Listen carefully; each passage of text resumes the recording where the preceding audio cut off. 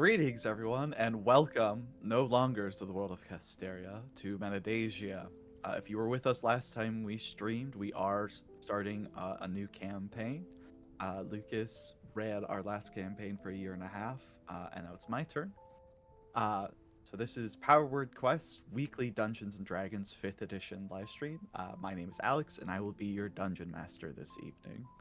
Hi, I am Kieran, and I'll be playing Thaddeus Grimshaw, the human Great Old One Warlock. Mine and my character's pronouns are both he, him. I'm Chloe. I'm gonna be playing Aoife Brannan, the Shifter Wizard. Um, Aoife's pronouns are she, they, and my pronouns are she, her. Hi there, my name's Robyn, and I'm going to be playing May Tyresis, the Hexblood Path of the Zealot Barbarian. Her pronouns are she, her, and my pronouns are they, them. Hi, I'm Elliot, and I play Calvus Galadriel. He is a Ladrin paladin, oath of vengeance, and his pronouns are he, him, and my pronouns are literally any of the basic ones.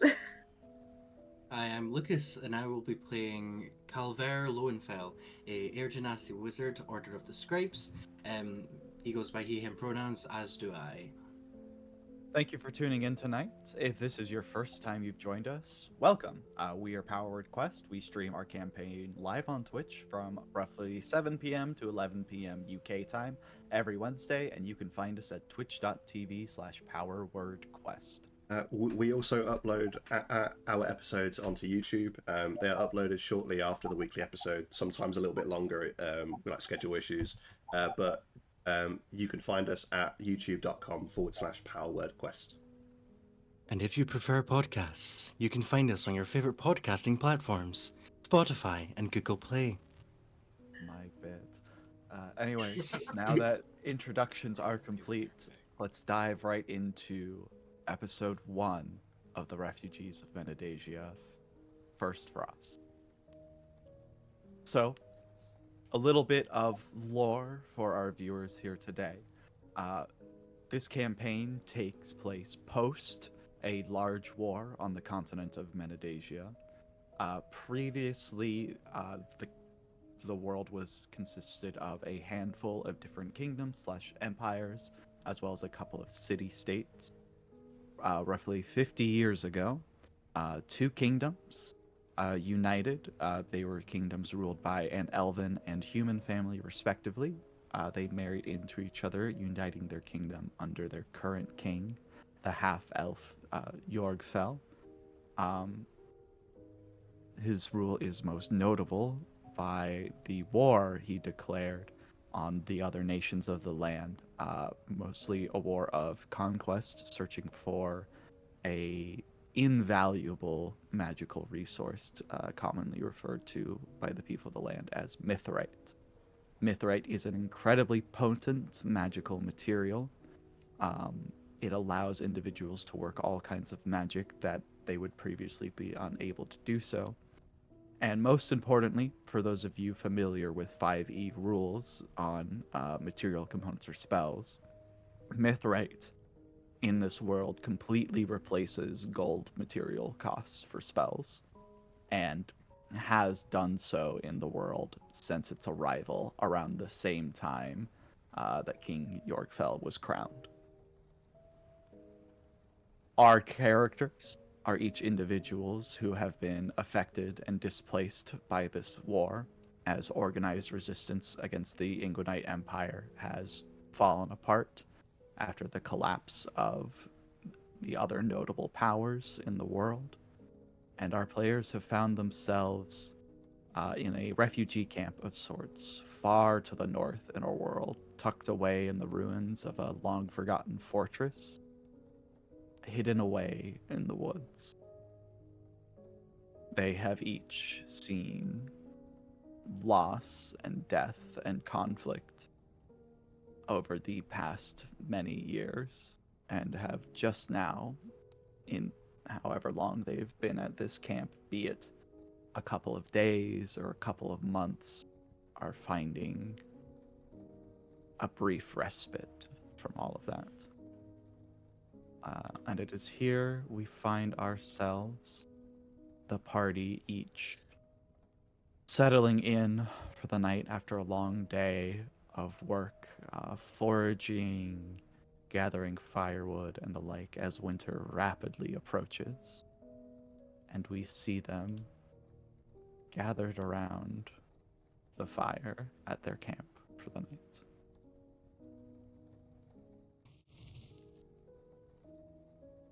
And we'll start with introductions.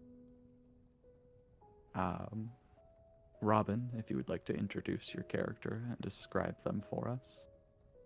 Okay.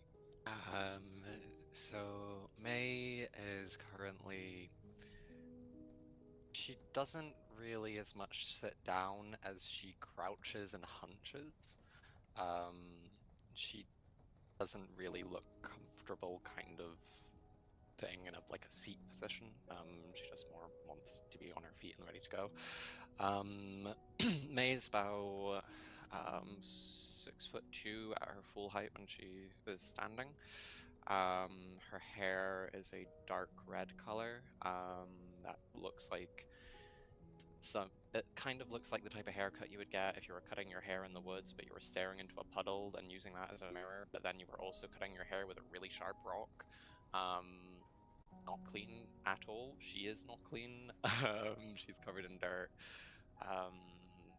Her skin is a olive green kind of complexion, and her eyes are red. The irises of her eyes are red, to be specific. One eye kind of seems to not quite follow the other in the same direction, or there's a little bit of lag there in terms of the follow-up. They're quite slim built.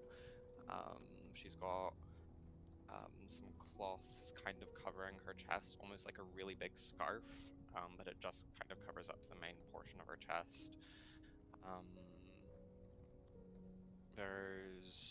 And she's also got a long skirt, but it's made that looks like fur, or like skins basically from animals. And she's also got a glaive kind of thing. Looks very much handcrafted. It's the tip of it, the blade of the glaive is made of stone itself. And yeah, she just looks rough. Mm-hmm. She's just kind of always looking around. This is only the first full day May has been in the camp, as the rest of the party would know. They quite literally showed up in somewhat of a trance yesterday. However, it is not uncommon for refugees in different states of shock to wander into the camp. There's usually at least a handful every week that arrive. Space is starting to grow tight in the camp. You all would know that the main center of the camp, where the Fergendrel or Dwarven soldiers that run the camp inhabit, is the ruins of an old fortress, whereas many of the newcomers, and yourselves included, have been forced due to the space to set up camp in the area outside the fort. And May was placed into this little campsite with you all. Moving forward, Calvis, Elliot, if you would like to introduce and describe your character. Okay. Well, Calvis is of a race that the others probably wouldn't recognize. They would probably never have seen any like Calvis kind before, like kind of alien. But he, for you all, he is Eladrin. He's from the Feywild. He has this bluish skin. He has long, thick, wavy hair that he is kind of like tied, half tied back, which also has a bluish kind of tone. He's wearing this really thick coat with a bunch of fur half poking out. I'll put a picture on my story and share it on the Instagram later on. Yeah, he's just this really massive guy, which is not very normal for an elvish kind, I think. But yeah, he has massive muscles. He has a bunch of belts around his waist, and oh yeah, not to forget his wonderful beard. Um, Furthermore, something notable might be that he is wearing sunglasses, and for all of you all, you've never seen them with him without them. Um, he's really attached to his sunglasses, and he'll keep them on during his trance when he goes to sleep. Uh, all of the rest of you, Calvis has been here longer than almost anyone at the camp, even those of you who have been nearby. Calvis has been here almost since the dwarves arrived.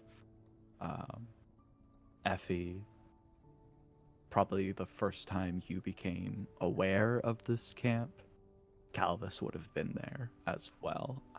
This strange alien-like individual that looks in some ways similar to an elf, but in other ways is very different than any other individual any of you all have encountered. We'll move on to Calvert next.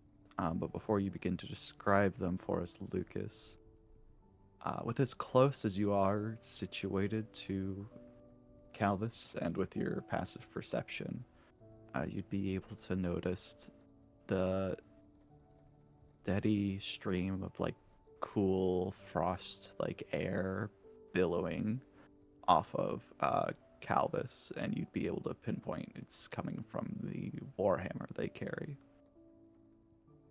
And with that, would you like to introduce your character? Okay. So like feeling that chill. Yeah. So like feeling that chill, Calvo will sort of just pull his shawl tighter, as he's just going over his spell formulae.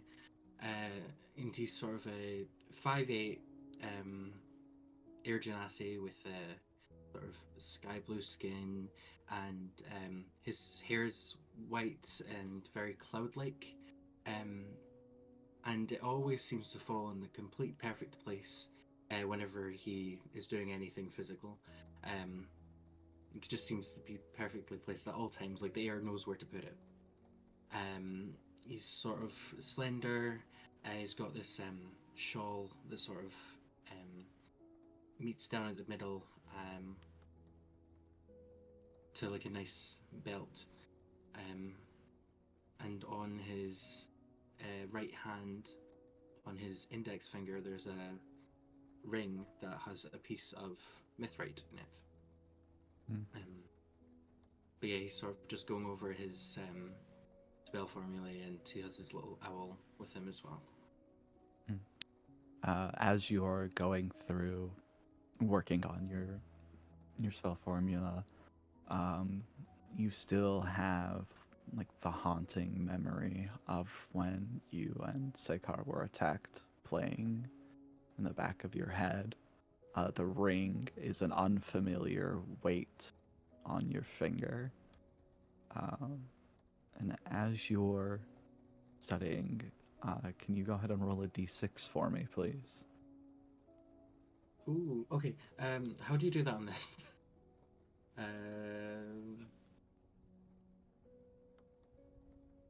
Do you know where to get it? Or You can I just do it? Okay. you should be able to. Did that? Yeah. That way Okay. again. So you got a 6. So I get. Oh,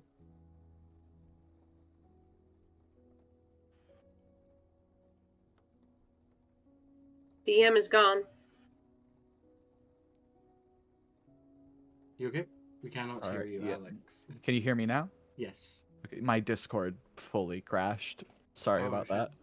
It's fine. So it looks like 6. I've got a Yeah, temporarily. so with the Yeah. 6, you temporarily gain a spell slot 1 level higher than your current max spell slot, which I believe is a 3rd level spell slot Yes. for you. Okay. So, um, this will last until the next time you make this roll. Yeah.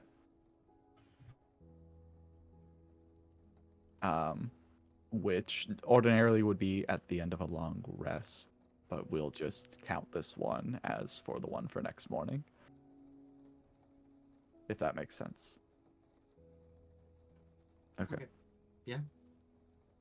And then we will move on to Effie.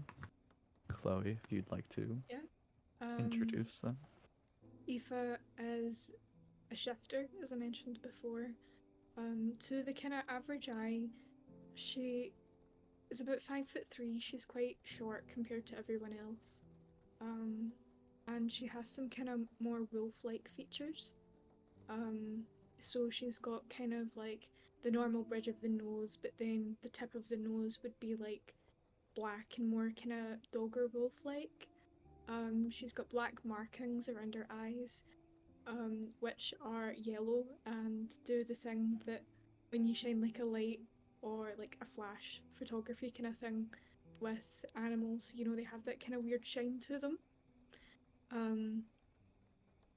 Yeah, so they're like that, but they're gold, and she's got red hair, which she kind of keeps down, and there's one or two plaits, but it still looks a bit untamed, and she's got like 2 wolf ears up here. And she's got quite cool toned pale skin with lots of freckles. She's wearing quite simple clothes.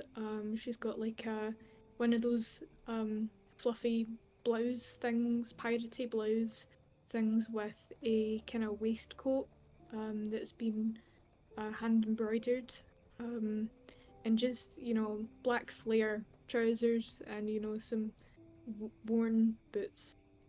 She's wearing a kind of moon chainy belt on her hips, and she's kind of reading through an old, what looks like to everyone else, a recipe book. But it's actually her spell book. She seems quite uncomfortable with so many people being at the campfire, and she's trying to kind of keep herself to herself.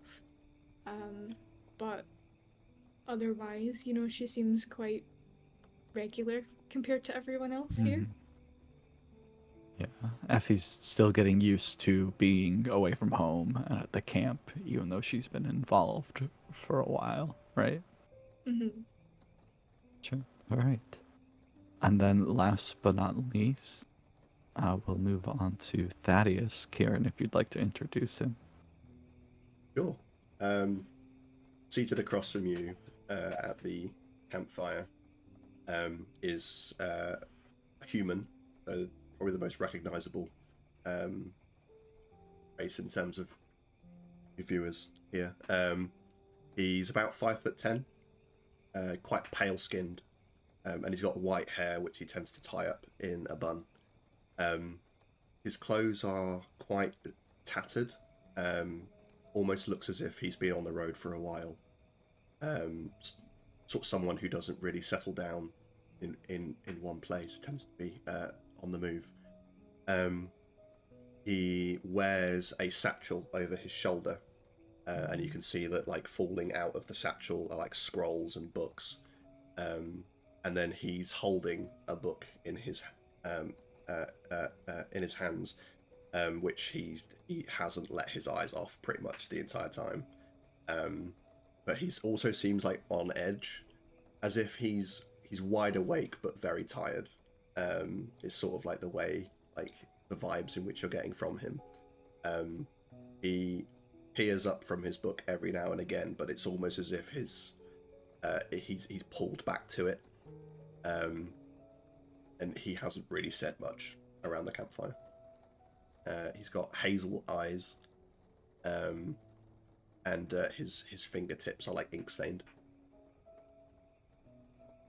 It has reached the part of the year here to the north where it gets dark very early, especially in the dense forest you inhabit.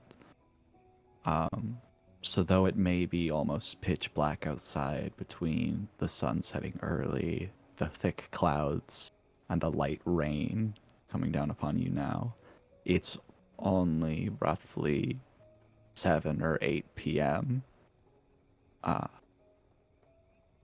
And yeah, you are in your schedule you've gotten used to of after you've completed your assignments for the day, be that things like scouting, being on patrol around the perimeter that's been established, or foraging, gathering firewood, the like. You come back to your designated camp spots and are awaiting the distribution of the meals for the day, as all food is collected, gathered, and then evenly distributed across all members of the camp. And it is about this time that you begin to hear faint footsteps coming from up the trail, and in walks to view of the fire an individual you are all familiar with. One of the dwarven soldiers, a sergeant by the name of Harmes, who he is more or less the quartermaster of the camp that's been placed in charge by the commander of handling the organization and distribution of supplies. Harmes is a surprisingly merry fellow, given the situation. The dwarves, especially, have been here for almost 2 years, camping out in the woods, cut off from the rest of their armies and their people. Their kingdom, Vergrandel, as you all would know based off of the latest information, is the only really sort of organized resistance still fighting against the Ingwanite, although that is mostly just defending their last city on the mainland that's under siege and keeping to themselves on the islands where the bulk of their territory lies. But despite the grim circumstances, Harmes is his chipper self as always. He's strolling along, humming a tune to himself. He carries a large sack over his shoulder. He just kind of nods hello to you all without breaking his tune as he comes about and distributes the evening meal to all of you before taking a spot by the fire himself.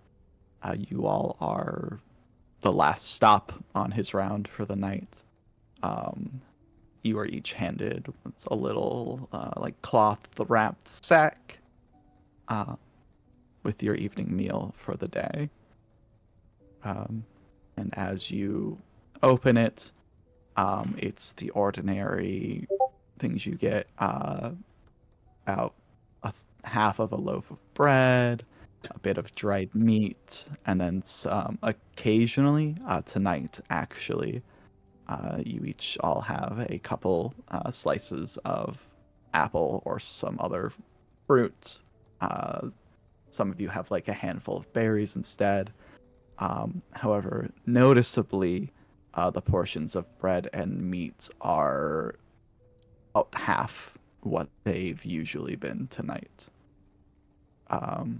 And without a word, Harmes, takes a seat, opens up his, and starts eating at his food without really verbally addressing anyone. And what is everyone doing as this happens?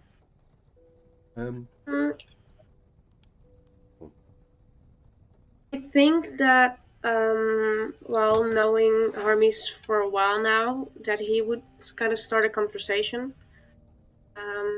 With Calvis would start a conversation with Harmes, just wondering how everything's going with the hunting and all that, because he's mostly been on the border control, Right. just patrolling. So yeah, he would go over to him. Yeah. Can we hear your character voice for this? Hold on. Okay, just a warning. This is a fantasy accent. It's a mix of Russian, Dutch, and sometimes a bit of Scottish. It's fantasy, so I don't want to offend anybody. For legal purposes, any similarity to real-world accents or real individuals is purely coincidental, and this is a work of fiction. Exactly. So he says that next to Hermes, and he's like, "All right." So, not been going all too well, has it? He's currently in the middle of he as you asked him, just took off a very large mouthful of bread, and he's just kind of like, Don't worry, don't rush.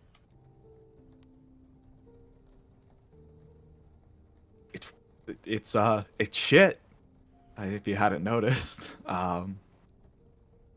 we've hunted to death everything that's within the perimeter.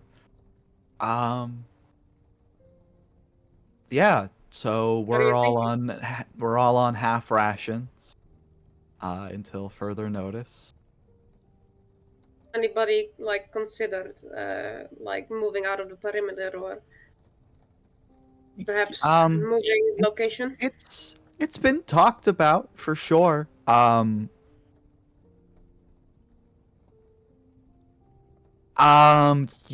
might want to talk to Oren in the morning. He's got a meeting going on to discuss the situation then. Yes, Effie, how are you? I'm not asking this as Effie, I'm asking this as a player. Could Aoife roll a check to see what kind of meat this is? Yeah, absolutely. You could make a nature check for that. Alright. Apologies, Lucas? we're all getting used to using Foundry for the first time, so if there's a bit of a lag, then... Just before everyone gets to eat, I'm just gonna prestidigitate the food so it tastes a bit better than plain rations and shit. Give it some seasoning. Give it the spice. Yeah, you do that, and it's right as Harvey takes another bite, and he's just like, "See, Calvert, this is why I always stick around here to eat my meals. You've got to be the only caster in this whole camp that's smart enough to use prestidigitation as it should be." What was that roll? An 18? So yours is actually a bit of a mixed bag. You've got a handful of pieces of essentially jerky is what it all is. A bit of it's deer. You think you make out a bit of wild boar in one, and then there's another piece. You can't quite tell if it's rabbit or something else like that, but it's really stringy. Gamey. That, yeah. I think Aoife would kind of have a couple of bites of the jerky, and she'd look over to... Is it Harmes or Hermes? I'm not sure. Harmes. Harmes. She'd look over to Harmes and say, "Is this really the best that we've got?"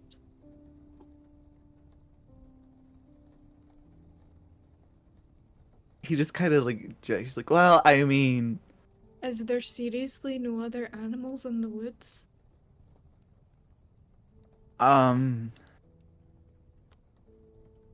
Unless you want to go after owlbear or something like that, but Is owlbear edible?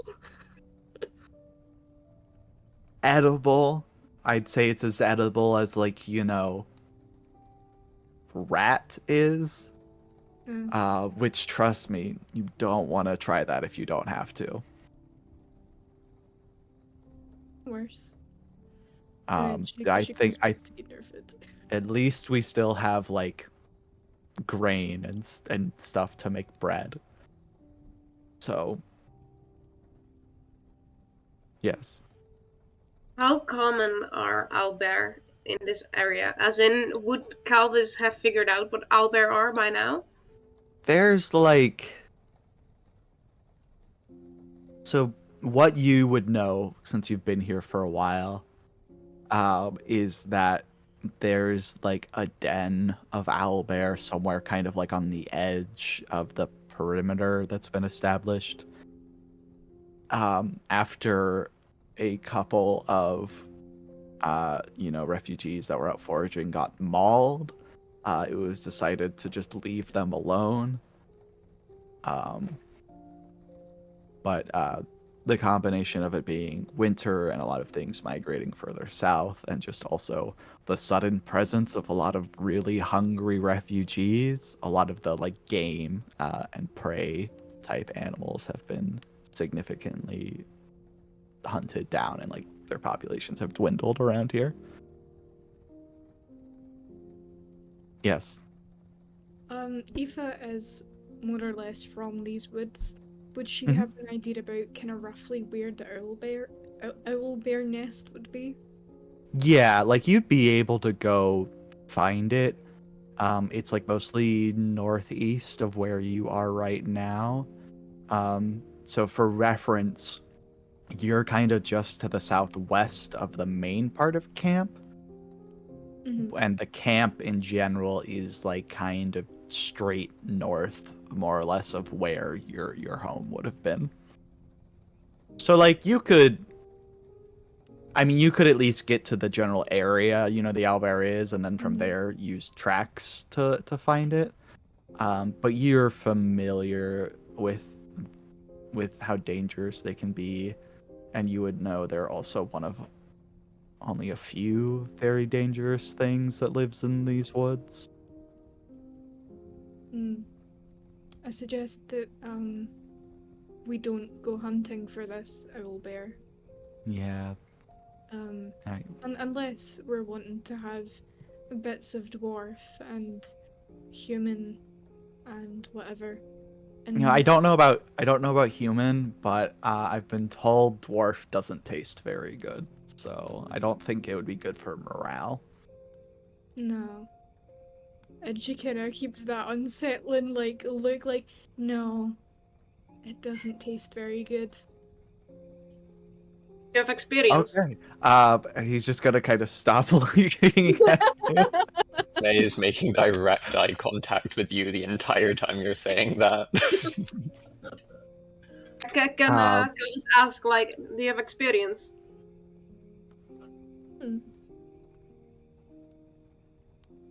Hinged, we'd need that. Well, always lovely, y'all. May, right? May?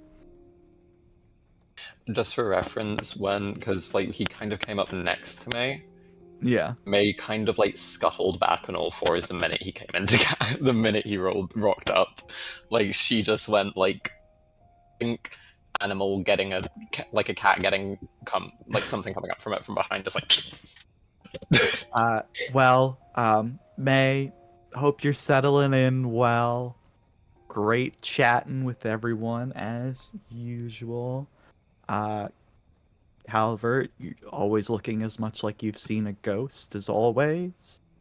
I'll catch you later. And he sits up and goes to start leaving the area around the fire. And he strikes up his tune again, whistling, and he wanders off. And y'all are left alone at the campsite for the night.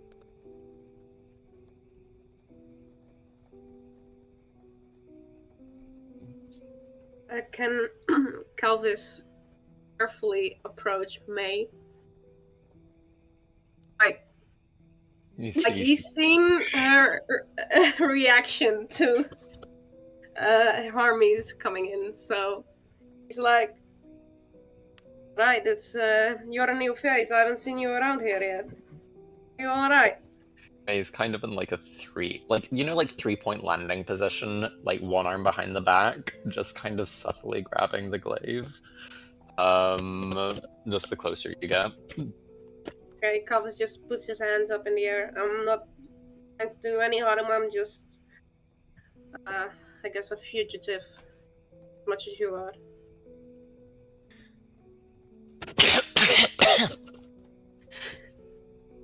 So, where are we? Where we are. I have not been enlightened on anything yet. Where are we? Oh, we're in the forest. Can, Xbox, can you give me a specific location real quick? You actually probably wouldn't know. Other than that, you're at the camp in the forest So, in what everyone here keeps calling north. also, So, for I all feel I know, I'm deciding right now the Feywild wouldn't have concepts like north and south. fair. So you just think Thanks. this place is just called Yeah. North? Yeah, Very north. you're at your north at camp. That's So- as good of an idea as you'd have of where you are. So I think this village is called North. That's all I know, really. So it's fantastic so far. So we're very nice to each other. That's the other people behind those borders. They're not very nice. They've been after me. It's wonderful. So yeah, as long as you stay within the borders, you should be safe. So no need to grab whatever weapon you have behind your back. We're at peace here. So, because May's past bullshittery shenanigans, you know what? Does she actually know kind of what Calvus is? From like From her days back home. so like you never would have seen anyone from the Feywild before, but from descriptions you'd be able to be like, oh, this is. If you have ever met someone from the Feywild, this is it. So you wouldn't be able to like specify as far as like a ladrin, but this is Mhm. definitely like fairy. You know, Fey. You with some gay bullshit. How?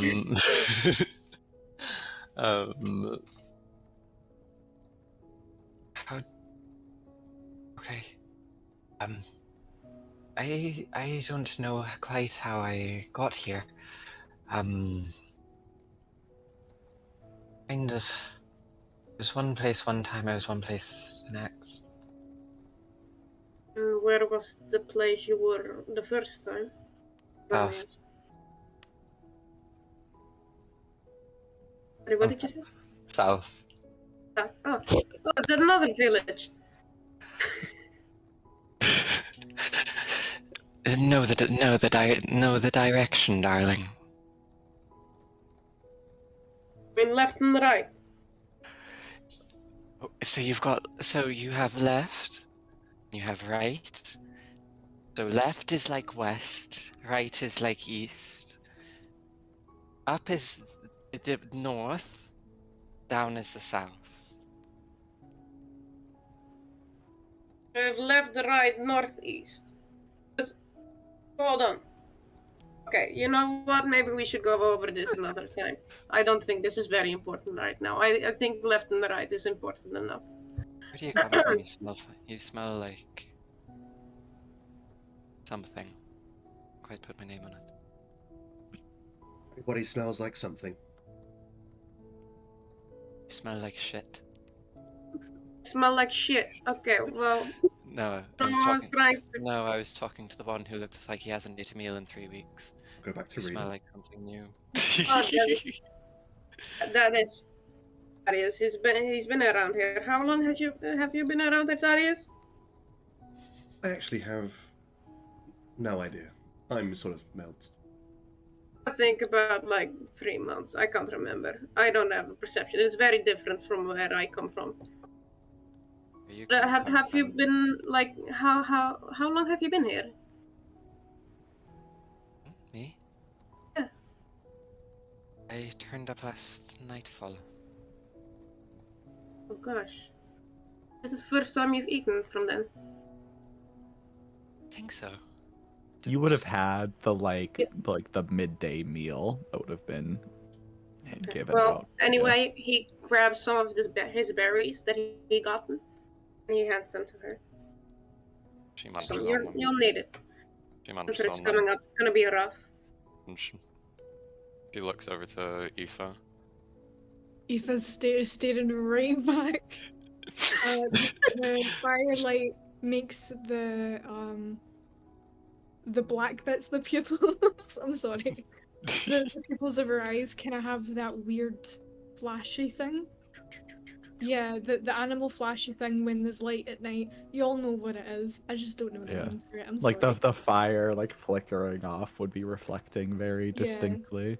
Very uncanny. Um, She's staring right back. May kind of stalks around the fire, again, all fours. She's not stood up. Goes up next to you and gives you some of her, the meat rations. She looks at the hand with the food, and she kind of closes it and kind of pushes it back to me. Don't worry. If I need more meat, I can get it myself.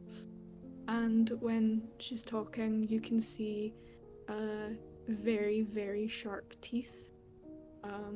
The front two are normal, but the rest are quite sharp, again, like wolf teeth.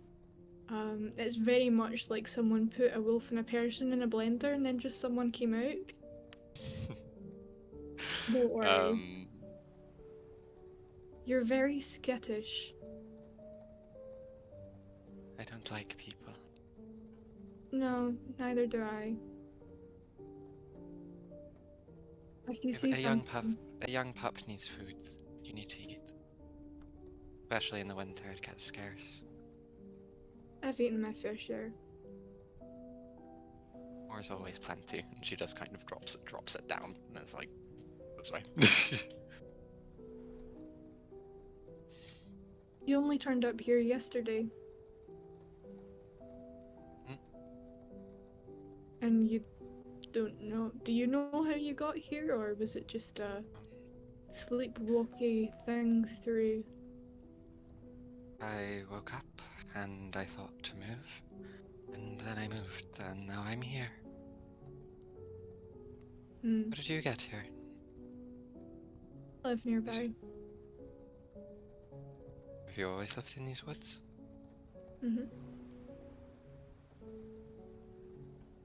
Do you do the sleepwalky thing often? Is it something we need to watch for? I hope not. Okay, good.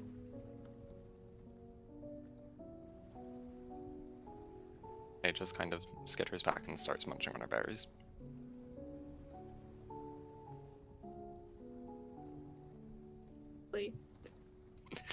Like, I haven't found my berries, but I found these. Calvert, Thaddeus, what are you two up to? Book. Book. I think Book. book. Thank you. Just a very typical, you know how you see people in the library and they have their food next to them and they're reading and they're just ever so slowly putting in food as they're reading. That's kind of what Thaddeus is doing. Gotcha.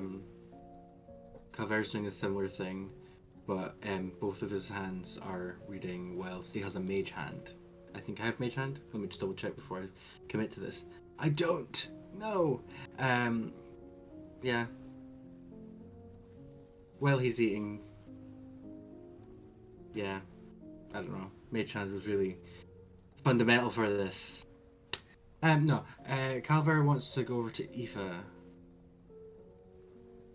Just going to approach her and just be like, hello, I noticed you read that book often.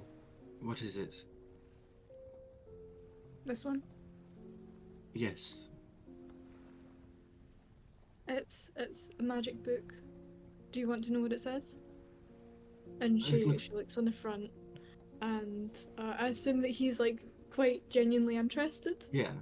Yeah. Come close and kind of Can stands I up. with it. insight this, please? Are you is Aoife trying to deceive him? No.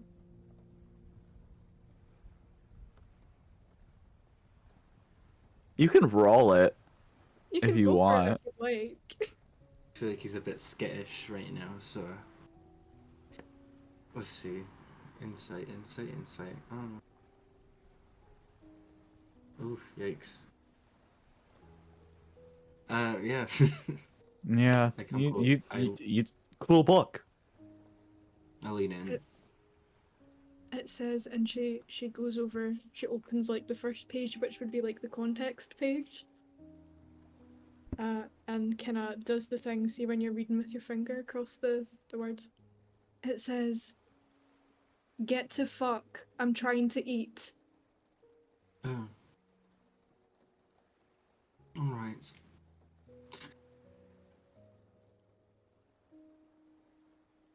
As Leaf will press to digitate the food so it tastes better. I don't think I would notice. That's fair. It wasn't for anything. Justice for covered. Told Sorry. y'all, Aoife was kind of mean. Yeah. Like As it. Like Calver walks away, he's just gonna be like, I wanted to start a book club. Brilliant. Oh, poor sweet baby. I completely forgot I had this until Lucas said about Mage Hand. So Thaddeus is reading his, but the book's moving by itself because Mage Hand, because he's got the telekinetic feat, it is invisible. So the book is just moving without him touching it. And then he, Calver, you hear in your mind, unlucky bro.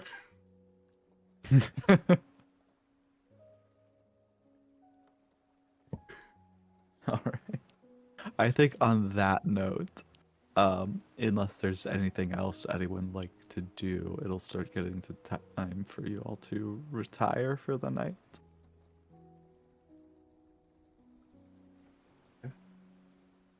Yeah. Sounds good to me. Okay. I would say for Aoife, the closer May got to her, there was a little bit of heat. Like the air got visibly warmer the closer she was to you. Yeah, there was some things that she noticed, but she decided to kind of just, alright, I'm sussing you out right now. Gotcha. Yeah, Elliot.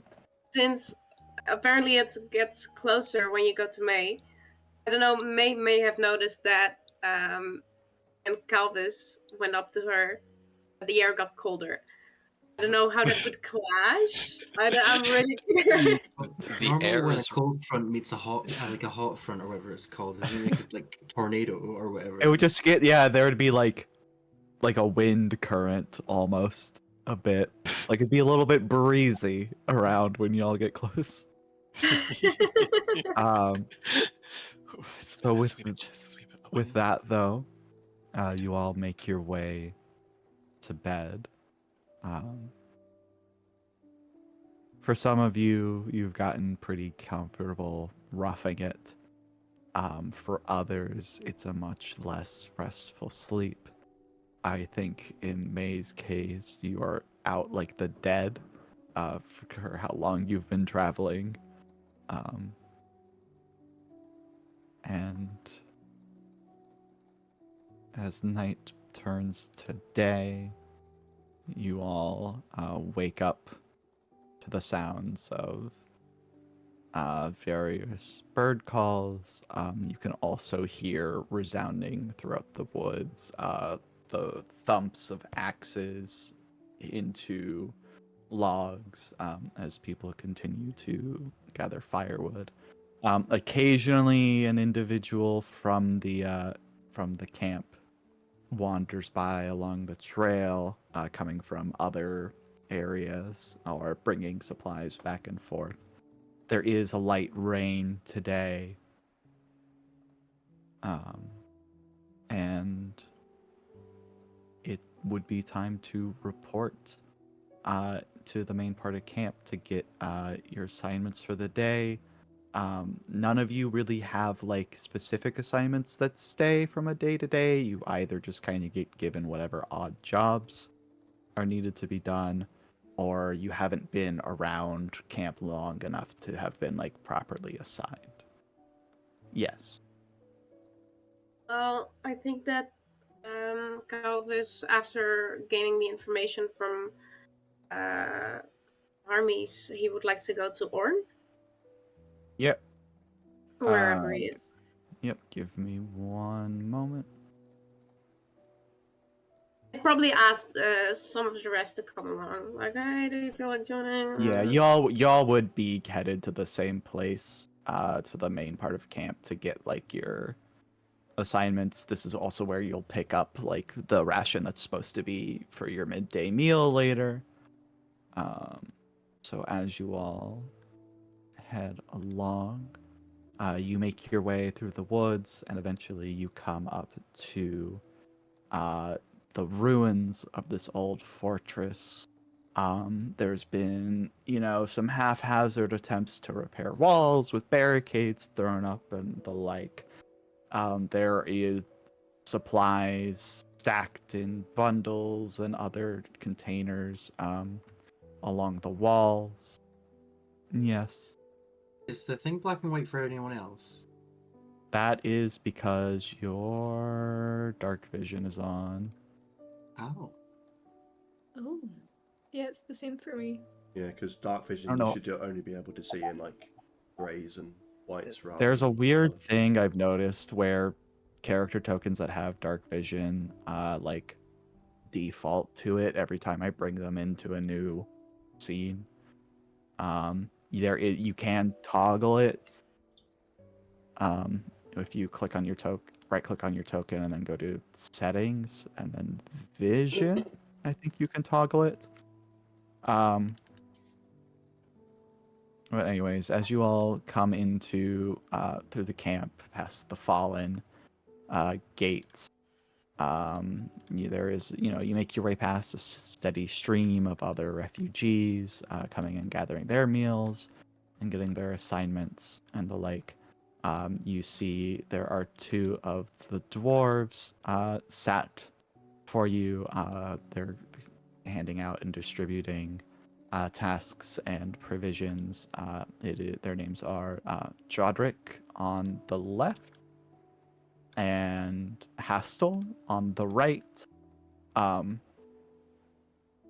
as you all walk up, Hastel kind of looks past the other individuals in front of you. It's like, oh, good, you all are here. Oren wants to see you. Just the man we need. And Calvis, you would know where Oren's kind of like setup is, and y'all would be able to lead everyone else over. Come on. So you would head up, along, and down, and up over to this sort of these ruined quarters that Oren is set up in. Most of y'all would have seen and met, or even talked with Oren at this point. The only exceptions probably being Calvert and May. But he is a surprisingly young individual for the command he holds. I'm not going to do age math right now, but he'd be like the rough equivalent of like a 26-year-old in dwarf years. But he holds the rank of a commander, which in their military he would have been in charge of a whole company of men, which there are 7 of them, including himself, around anymore. So he's definitely, him and his men have suffered mass casualties. But he is sat before a table full of scrolls and maps and whatnot, calculating figures and trying to see how long current stockpiles will last. And he doesn't notice you all at first when you come around the corner. Yes. I think would Aoife kind of get an idea of what he was doing before he kind of notices that we're there? Nothing really private. If you wanted to like try and catch specifically what he's figuring on the parchment, you could make a Oh. perception check for it. But It's just generally, he's doing maths.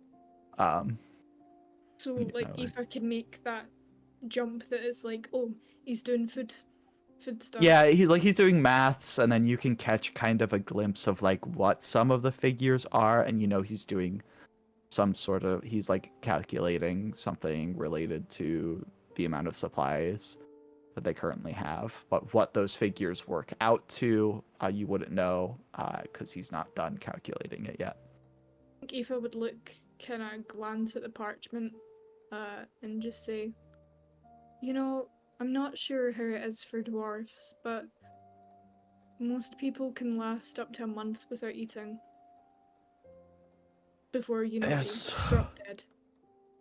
Yes, well, quite a few people have gone near that amount without a full meal already, but thank you, as he kind of rolls up the scroll and ties it and sets it to the side. Well, I wasn't expecting you all to all come at once, but I'd forgotten you'd been put into camp together. I wanted to meet the two new faces I hadn't seen yet, and then depending upon what you two are capable of, I might have a job for all five of you. Do you have a question, Lucas? Okay. So he'll gesture at Calvert and May. I'm just like, all right, come forward.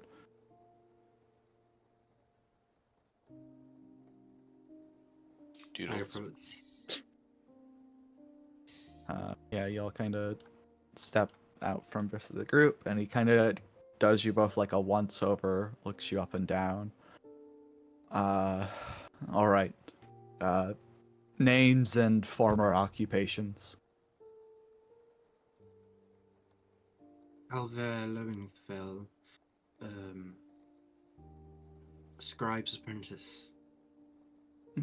Scribe's apprentice. So you write. Yes. Can you do anything else? I can do magic. I think. Guess. Yeah, magic. Magic.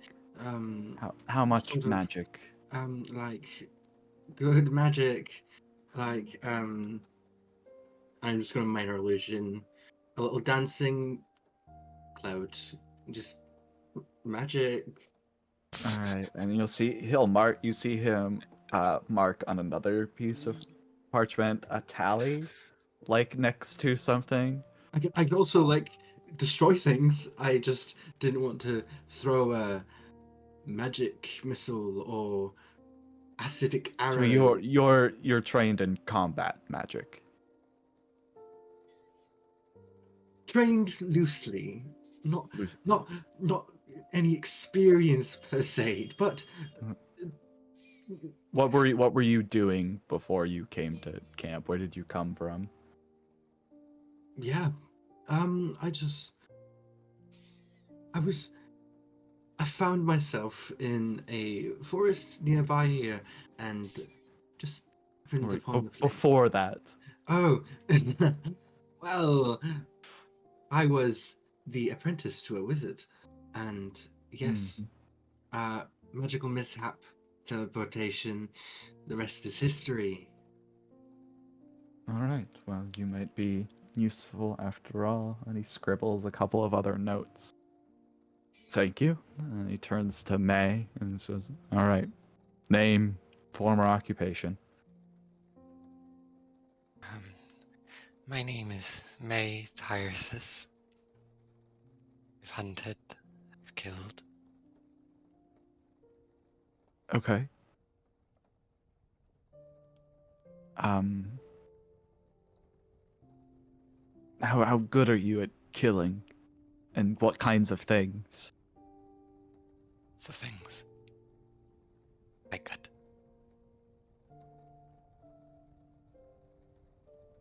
He just mutters to himself as he pulls a different piece of parchment and scribbles some notes on it.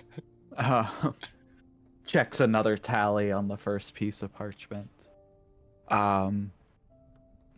Think you can hold your own in a fight? You look strong. I think I could. Okay. Well, then I'm putting you with the rest of those three. I'm also really good at finding food. Good. Good. Very good. All right.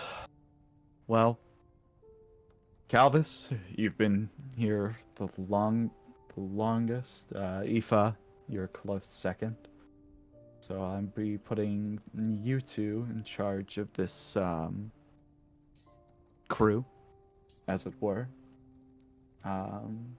You've probably noticed that rations were a bit tight last night. A bit. Gets hard in Alright. the winter. At least we're not Yes. cannibals yet. I don't Emphasis on like yet. Yes. the use of the word yet. I don't intend to do that at all. Needs must when needs must. But So- we are... This is concerning. We've heard about some owlbears in the neighborhood that might. I'm not sending you to hunt. I was about to owlbears. say, I was just gonna say that might not be the smartest idea. No. We're running out of options that are smart ideas, unfortunately. But do you have any non-smart ideas? Several, yes. I sometimes think that I should take myself and my men and march as close to Yorkfell's castle as I can get and see how many of his bastard soldiers I can take down with me. But that didn't work out great the last time we tried it, and there was a couple hundred of us in my company alone that time. So, but on the less crazy side of ideas that might actually accomplish something, I am stuck between deciding to try to hold it out for another winter with many, many times the amount of mouths to feed as the last winter, with not nearly as many supplies or options for food as last time, or try to make the march all the way back home with with as many individuals, more than 80% of which can barely hold a pike, let alone use it. What do you mean exactly, home?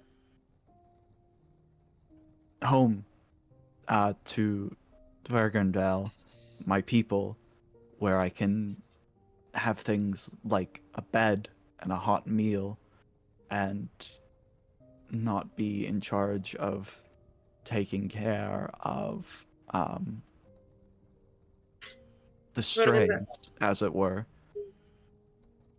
Argandel is not. I assume it's currently occupied. No. All the land between here and there is, and all of the water between here and there is blockaded. So They have not bothered to colonize Vergadal itself. they've gotten some of it, but Occupied by what? Hmm? Occupied by what? Soldiers, mostly King Jorgfell soldiers that are hunting individual like yourselves and the much less useful individuals I've been keeping fed and sheltered. Not to mention all the other just horrible creatures and bandits and the like that are normally in the countryside. Um,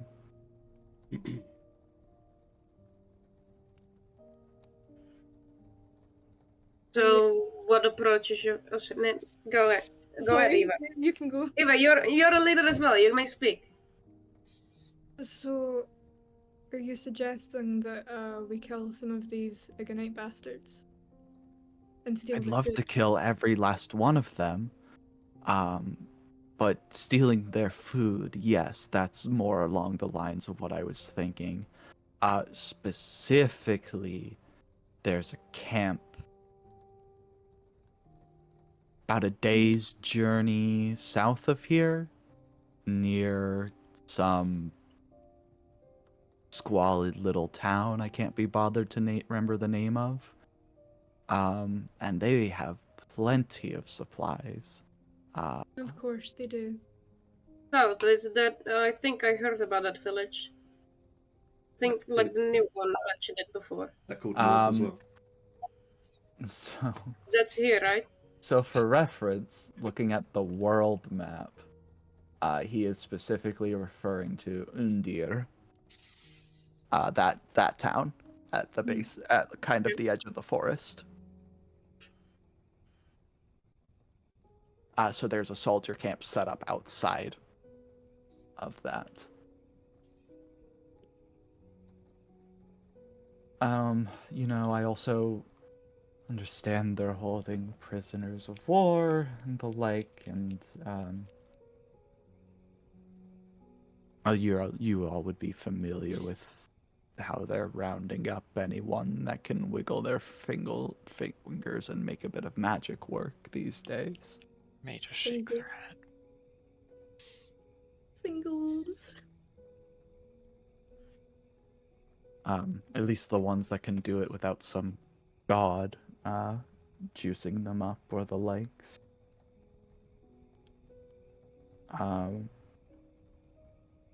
There is also allegedly, well, not allegedly, this is my own intuition. Based on the size of the camp and the amount of soldiers present, I think it's safe to say that they've discovered a mithrite deposit.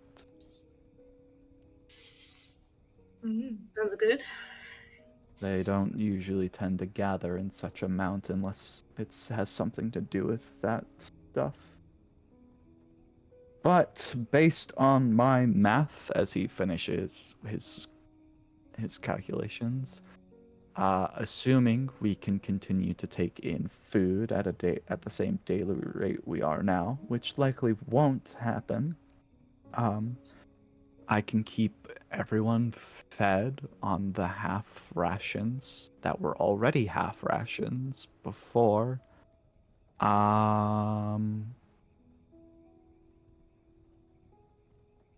For carry the one. 16 days. Right. So if we were to go over there and steal their rations, how would you like us to carry it? Do you have perhaps some kind of like big bags that we can carry along, or maybe a donkey or whatever? Sorry, are you suggesting we take a donkey into a military camp? I'm on suggesting what I'm any. assuming is a stealth mission. Yeah, they're not exactly renowned for their silence. I'm not saying we're bringing the donkey inside. We're taking the donkey. It's quite a travel. If you want to carry it, you may. But let me be more specific with you, since that seems to help with you. I want you to distract the soldiers, draw them out of the camp, so that the less combat proficient individuals here can get all the food and bring it back here. and also do all that without leaving a trace of where we came from, so the soldiers won't come back and massacre everyone. No pressure. No, not at all. You only have the lives of 200-ish, mostly useless civilians, to weigh in. I mean, that is something that you have to deal with on a daily basis. Yes, yes. I see no reason to take that I've got. responsibility. If I could feed them with firewood, we'd be in a great spot. If my grandmother Considering had that's those, gathering, that seems to be the only thing most of them are good at. Oh, I think that sounds like quite an idea. will you be providing us a mode of transportation? Or And some is it- Do I rations for the look journey. like I look like I have motivation, transportation lying around? He has no motivation. Do I look like I give a shit? That's a Freudian slip right there. But Couldn't get a toss. yes, Sick I will Freud. give you each 3 days rations. That should give you plenty of time to get there, assess, and cause some form of distraction. How big are the distractions? Like, how big do you want it to go? Ideally, I'd like every single one of the 36 soldiers our scouts have counted in the camp to not be in the camp. Realistically, I'd like there to be less than 10, though, considering I don't think they're that stupid to all leave the camp chasing after something. I was more meaning on the lines, are we talking about scorched earth distraction? Or are we talking about, oh no, look, I have fallen. And I it's I've McFarlane. Oh no, step bro, I'm stuck. Oh god. I mean, mean- we've avoided these Let's things quite a let's while put for a it, let's reason. put it this way: the village the camp is by is one of theirs, so I don't really care what you do to it. If that gives Like, you a good context. Okay. potential saving of prisoners of war. You're not for that because it will cause more mouths to be feeding, or What kind of prisoners are we talking about? They're your men. They're, from what we can gather, mostly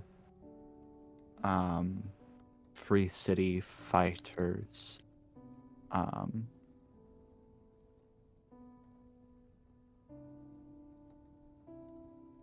If the opportunity presents itself,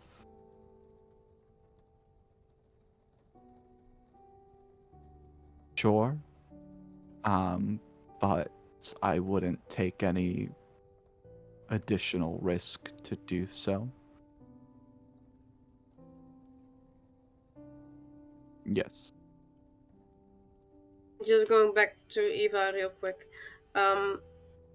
Like, I can imagine you wanted to do like the whole, oh no, I'm dying, please help me. But given the information we want to know about these people, they are not very kind. I think that if you would do that in that case, would be hostile towards you or like take you in as prisoner or whatever. So I don't know if you would like to risk that. He wasn't being literal. Oh, but just if I'll you remember that for next time. Note to self. And she writes in the spellbook. Note to self. Be literal. right, what did you mean? And please explain. I'm trying to understand you. I'm trying to communicate. We need to lead these people. May just puts her hand on your shoulder. It was a thing called sarcasm. Of course, we're not actually going to be like the Oh my god, we fell. We can't get up. I'm just trying Right. to. So, I thought I guess if you're in need of recommendations on how to approach this, you could attack them and draw them out. You could maybe find the mithrite deposit, because that's really important to them. You could free the prisoners of war and use them as a distraction. Or my personal favorite, light the village on fire. It's always honestly, been that a does nice sound sword. wonderful. Do you think they can be reasoned with by any chance?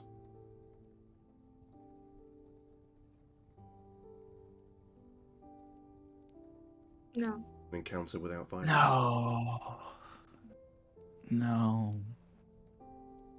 I mean, maybe if you could give the illusion of having enough overwhelming force that giving the supplies up without violence is their best option. In the But nicest way possible. They'll look at you, and then they'll break you like a twig. It's not wrong. Yes, even whatever know that me. means. just there's a reason that their army, despite being outnumbered roughly 12-1 when they started this war, still won it very handily. If that helps. I guess Put it your into ego could context. become so overinflated that they would never actually listen to reason. Honestly, the That's a shame. setting the camp on fire sounds like actually a really good idea, but perhaps we should, like you said, if there Oh, are not the prisoners. camp, the village. Yeah, we To don't draw want to them set the out of camp. the camp and Hey, go to yeah, the I was village. about to say, like, set the village on fire, but make sure that the prisoners are not there because we I would mean, like anyone outside. I mean, the priority is the rations. if your own personal morality is an issue in this, I guess you could attempt that. However, we Kill the prisoners. We're killing the prisoners. we have to go into this with the idea that the rations are the priority. That is what we need Yes. to take. Elvis, have you ever been hungry before? Very. Okay, good. So you know how far people will go when they're hungry? Of course. Okay. I also value other people's lives. Know what it's like to be on the verge of death. True. But the food unfortunately comes first. Winter is harsh. It makes harsher people. I You have stay to in it. Whatever protect. you say. I have to protect and put me and mine first, Hmm. and you all are part of me and mine, and I am hoping that you will also put us first. Again, if the opportunity to free the prisoners presents itself, they could be very useful. To argue the point a bit, you said that there are most likely fighters for the free cities. Yes, yeah. There's more people that can go out and do these sorts of things, so they'd be working to earn their keep more than some of the other refugees here. So it may be valuable to save them as they could aid us in further future endeavors. Yes. Ideally, we get this food, and then that gives us, time to consider other options, and we could free them later, potentially. If there's a way to cause a distraction that doesn't put the soldiers the prisoners at risk, sure. I personally wouldn't worry about their civilians in doing this, considering how little care they put for our civilians. Honestly, they can burn. I can give less fucks.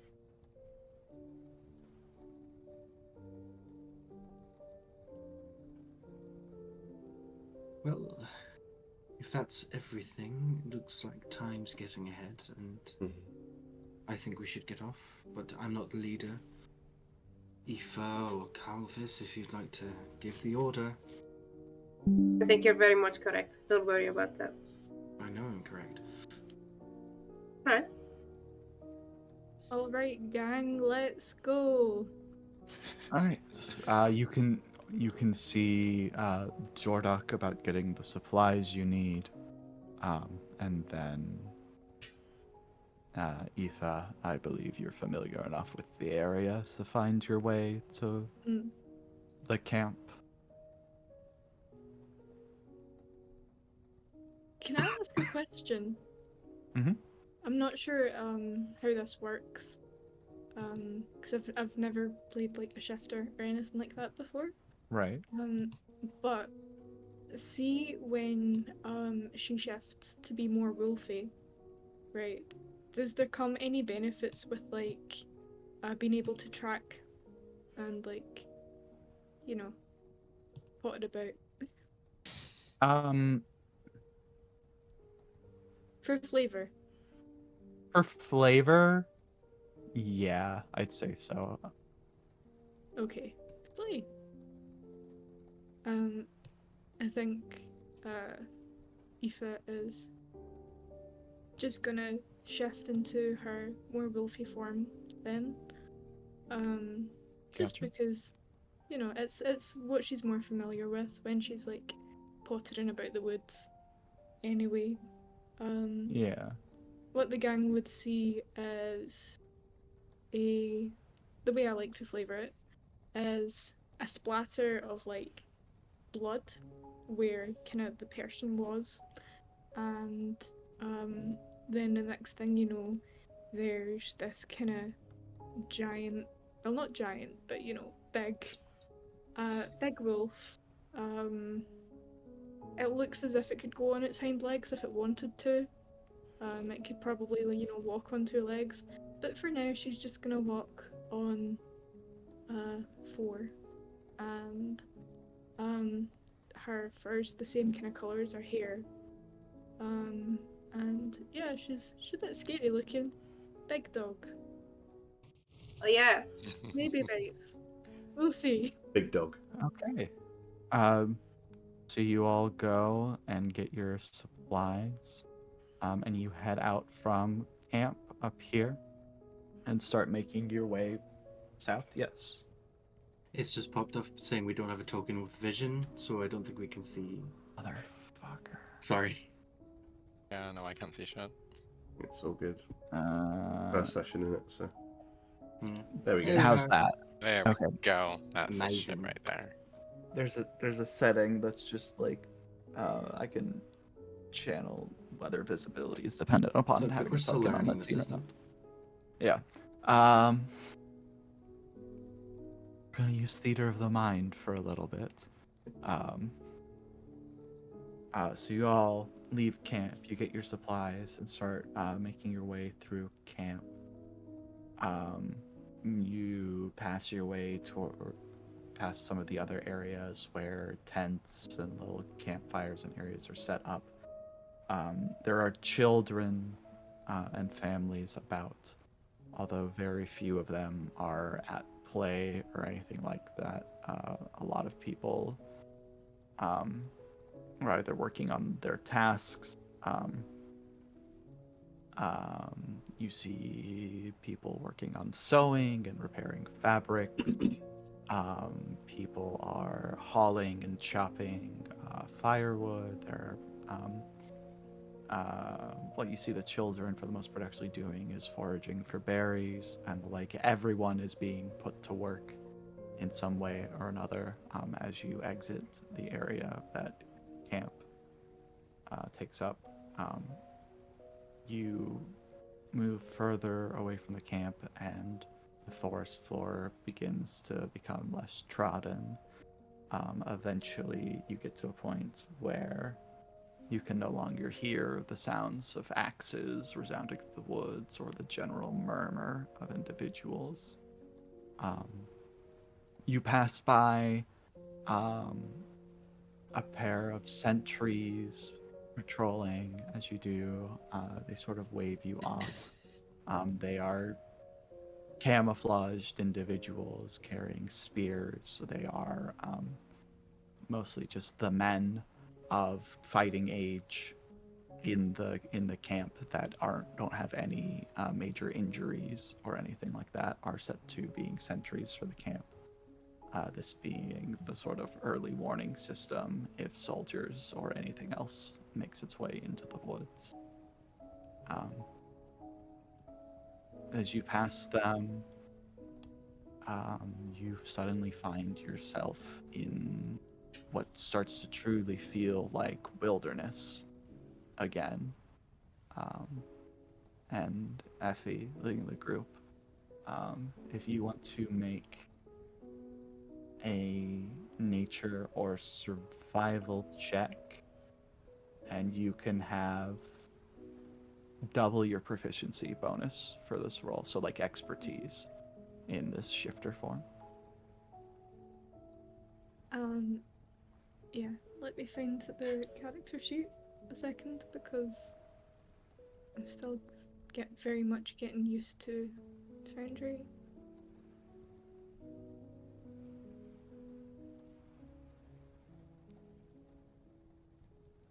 I didn't mean to roll that, sorry. You're good. It's so sad because it was a nat 20. Wasted it. Yeah, I know. waste.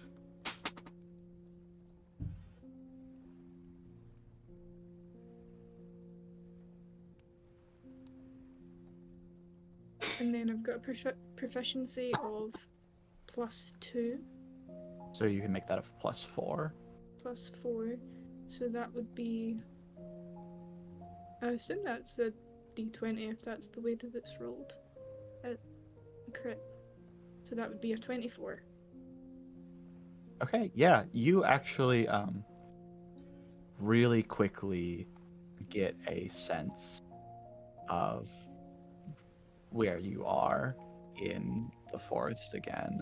You actually recognize some like game trails you used to follow for either hunting or just navigating the woods in general. Let me switch the music over really quick. And you make your way through the woods. You can hear the calls of birds change from being like songbirds to more things like crows and other corvids and more predatory type birds.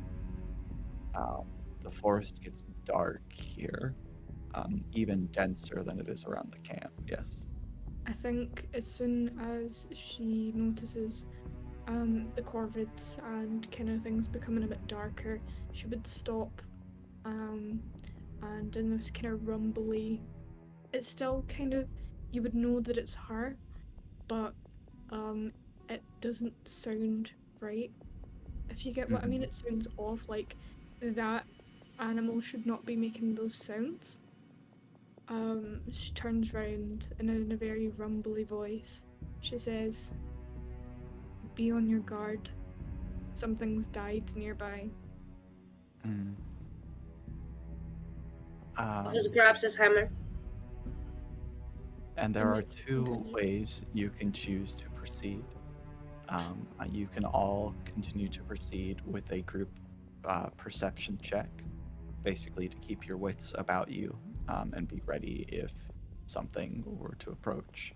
Or you could proceed with a group stealth check to where you'll be less aware of your surroundings, but also less likely to be noticed by anything as you travel through the woods.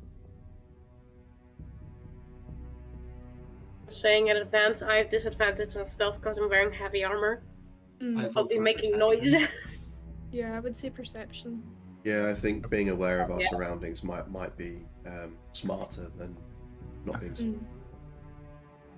Then can I have everyone roll a perception check for me? Yeah. Oh, No! did it pop through for me? No. Or no. I literally rolled a nat 20. That's good to compete with mine. I got a -1, but I got a nat 20, so it was 19. And not sure why it's not connected.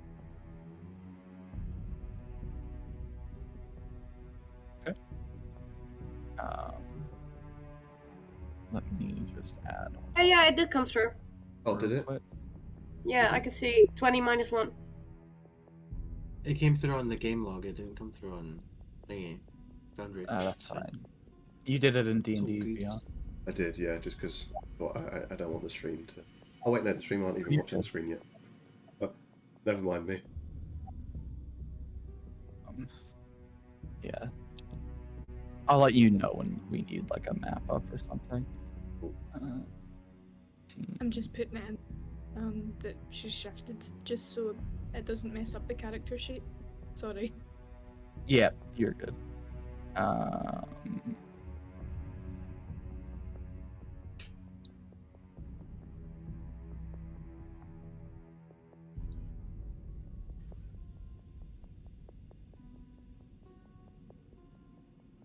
And then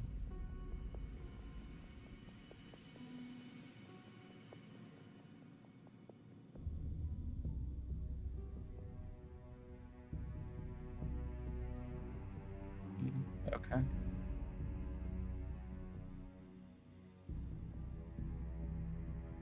Give me one moment while I get something ready just in case.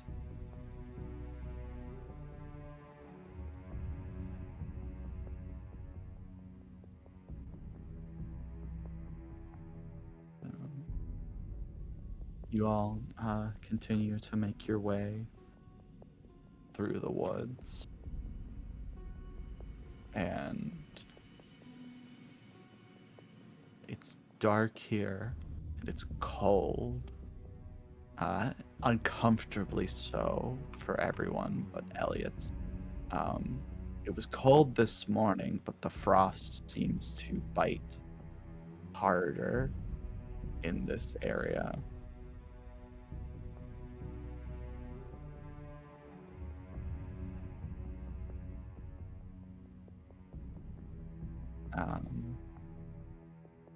You reach a small stream that you can hear trickling down in front of you. And as you come through the woods and it starts to come into view, you can hear all up the stream to your left something splashing through it. You can't quite tell from what direction, but there's something in the stream out of view upstream of y'all. Is it coming closer? You can't, it does not appear to be coming closer in your direction, but you can't tell from like what side of the stream it entered from, if that makes sense. Like the same side you are on or the other side.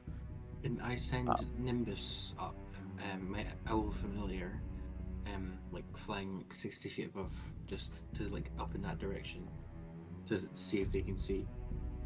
Yes, one moment.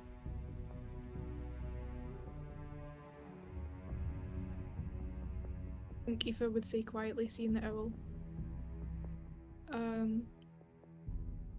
Is that your friend? The owl. I think so. We've not really had the conversation, but I'd like to think so. But we've actually never thought about it. Yes? You've never talked to the bird and it does things for you? I guess it is my friend. It can't really talk. This isn't something we should get into right now. There's a potential threat. All right. I'm just So you confused. send your familiar Okay. across and up into the stream, and what your familiar sees, it's like a war horse in the stream, It's drinking. It's saddled up and everything. But the horse is panting and bears no rider. I just want to say, if you would allow it, as I'm doing this, would I be able to see through the eyes of my thing? Yeah. Yes. You can, but I'm you'll be just- well, blinded and deafened in your own form. Okay, does it take concentration? Or I don't think it does. okay. Oh, cool, minor illusion doesn't. Could I be whilst perceiving through, could I hold up my left hand and sort of give like a live feed of what my owl's seeing through my left hand with minor illusion? Or is that a bit I'll allow it. awesome? So yeah, you'll see that too. That's pretty cool. Thank you for allowing that. That So yeah, you see the warhorse kind of in the stream drinking. It's panting, and again, it's all saddled up like someone should be riding the horse, but there's no rider with it. Is there any like sign of blood on the saddle or anything like that? Make a perception check with your familiars stat. Will do. We do the same with the illusion. Come on, Nimbus. Right. It has advantage on checks that rely on hearing and sight. Okay. So Yep. would that be? Okay. I only rolled that regular, didn't I? Oopsie daisy. I'll just roll again. So close to that 20. 17. You don't see blood per se, but you can see damage to the saddlebags as if something's like torn or ripped or slashed at them, but you can't like really get a good idea of what caused it. Calvus walk up to the horse, cautiously. Yeah, you all are making your way out of the forest, like into the stream to go see the horse. Like get close to the horse. Yeah, make an animal handling check because the horse does see you. It's kind of gets spooked a little bit and is like stamping its feet and stressed out and not happy. I'm just gonna put Nimbus I back rolled a into- 12.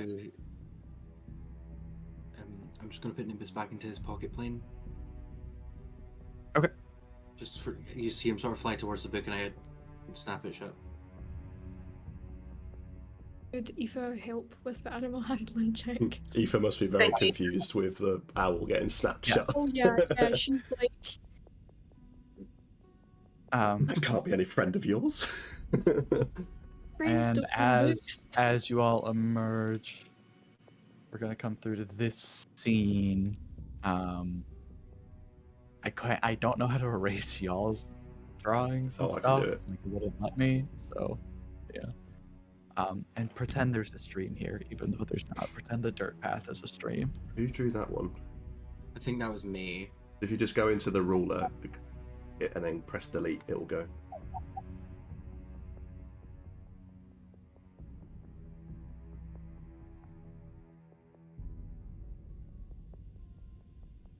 So the Measurement controls. Yeah, the measurement Just controls over one. it again.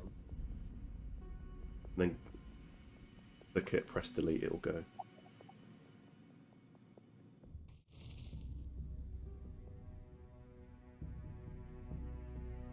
Like the delete button, Yes. not backspace. No, That's delete. That's the mistake I made when I first tried it. There you go. There we go.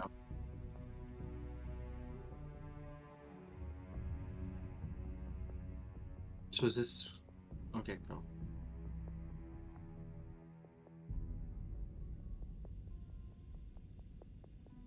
Just with the circle around my player character, is that my dark vision? I think so. That is, your vision radius in like with the lighting in the forest, and it's foggy. Basically, I have your vision purposely restricted for this scene to a certain radius to reflect the environment, and no, your dark vision will not allow you to see further, is my answer. That's fair. Okay, I was just gonna ask because my character's got 120 foot of dark vision, not 60. Yeah, not it's 60. more so your vision is like obscured Oh, okay. beyond that distance. Cool, that makes sense.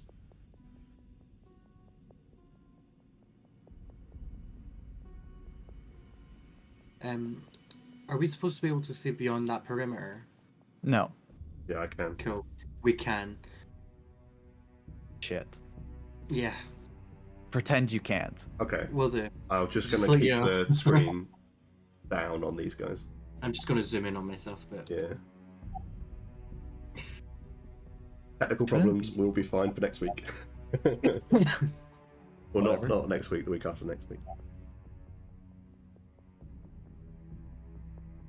Will we be streaming next I have week? Divine No. Sense. No, cool. No, I am away next week. Mm-hmm. Oh yeah, dumb. Sorry. No worries. I have Divine Sense. Now I don't know by the description how to what it extends, because as an action, you can detect good and evil. You can sense anything affected by the house spell or known location of any celestial fiend undead within 60 feet. You'd get kind of Is just like a Is it general evil or specifically those? Specifically those.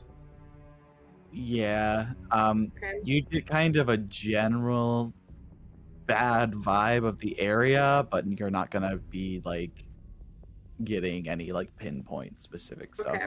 This is a spooky cursed place, this whole Mhm. forest. Like this was the like the haunted forest you don't go into for locals. Direction is the wind blown by any chance? Is it like blown towards us?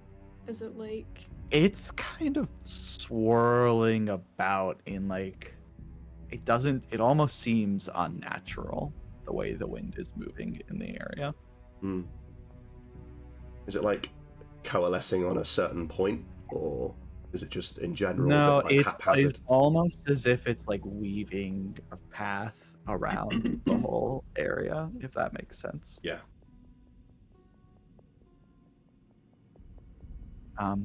Yeah. You made your animal handling check. The horse is still just kind of like stamping its feet and stressed out and everything, but it doesn't retreat as you approach it.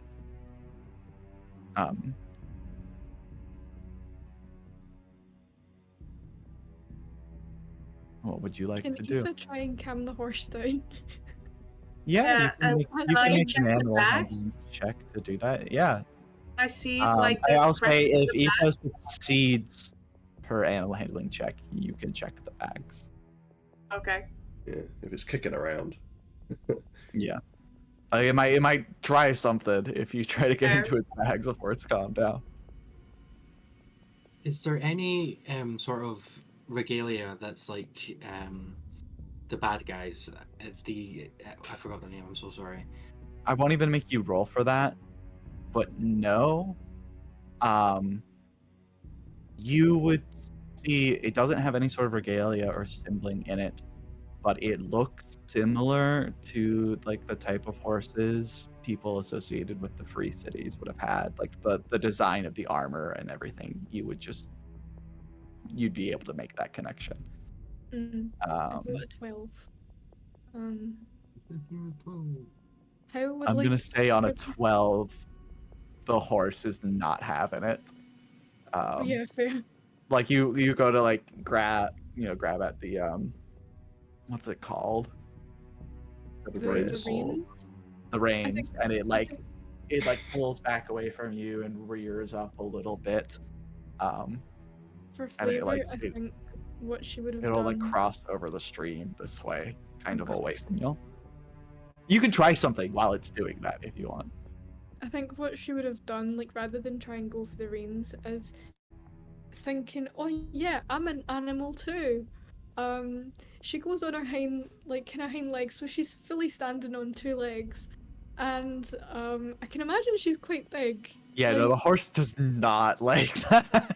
yeah, she goes in her kind of back legs and kind of tries to, with a clawed or weirdly human hand, you know, it's kind of Uh-huh. thing, tries to pat the horse on the head, Um, like on its mane, and it's just like, Mhm. no, fuck off, fuck off. yeah, no, it's like shakes its head, rears up, and then kind of, you know, trots across and away from y'all. Not back the way it came, you gather now, but away from y'all. Of all the people to try and And calm down the animal, and it's it's the and big it's wolf. when that happens that you see this very large white wolf, blood red dripping from its mouth, enter, and it is shortly followed by this armored individual who you can see he's dragging it with one hand by like the back of the shirt. Just like a commoner type individual. Like he looks like half the people at the refugee camp.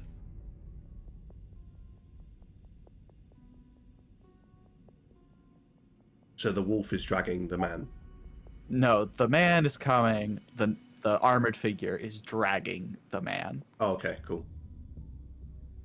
The wolf. And seeing upon that- seeing you, the armored figure will just kind of throw down the man, and you hear like the noise of like the wind being knocked out of someone's lungs, and some groaning, but they don't get up. The person he was carrying. Yeah, the person. I'm going to like Will do. go up to where Aoife and Calvis are, Hmm. and I'm just gonna be like,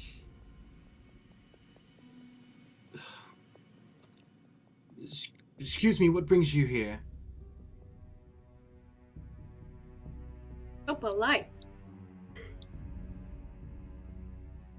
Found a stray, and it looks like I found some more. I'm sorry, I'm not quite sure what you mean.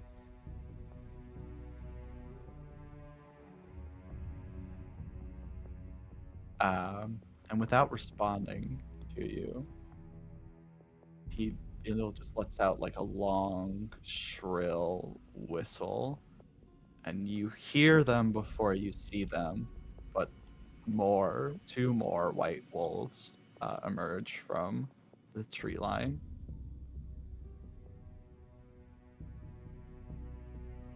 Do you want to come with me, with or without holes in your hides? Because you're coming with me one way or another. Now, let's not be so hasty. Where exactly is it? Would you take us?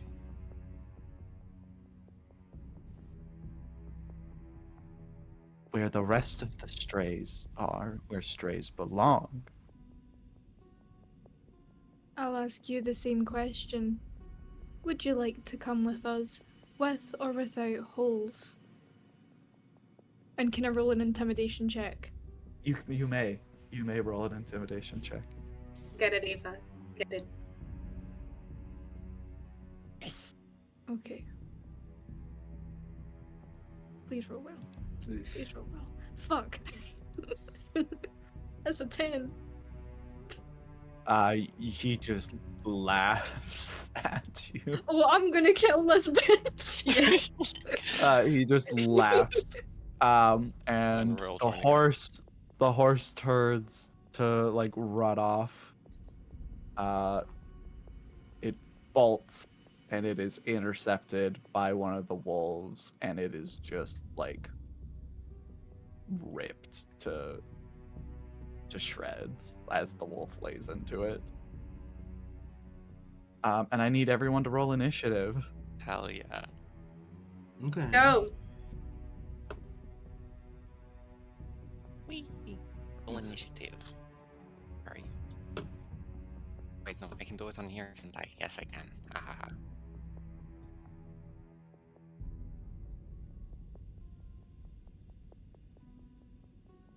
know if mine came through, but it's 12.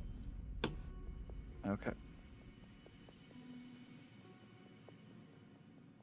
Oh, I did not mean to do that.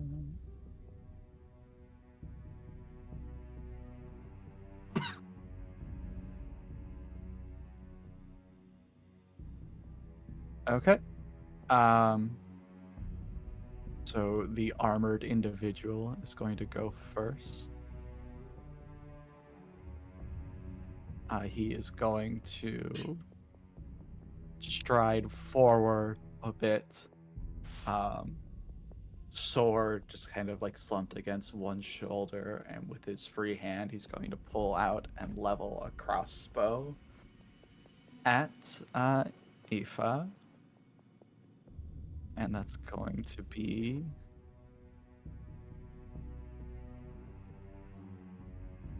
oof. Then not funny.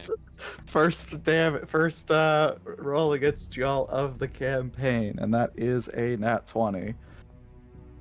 So you're going to take 17 points of piercing damage. Remember your temp HP as well as the shifter. Mhm. Yeah, you do have temp HP when you're I think shifted. it's 4. Yeah, Just looking over there. would be 4. Oh, is she looking? Is she bloodied yet? Wizard. Hold up. Yeah, Wizard. I know, with wizard.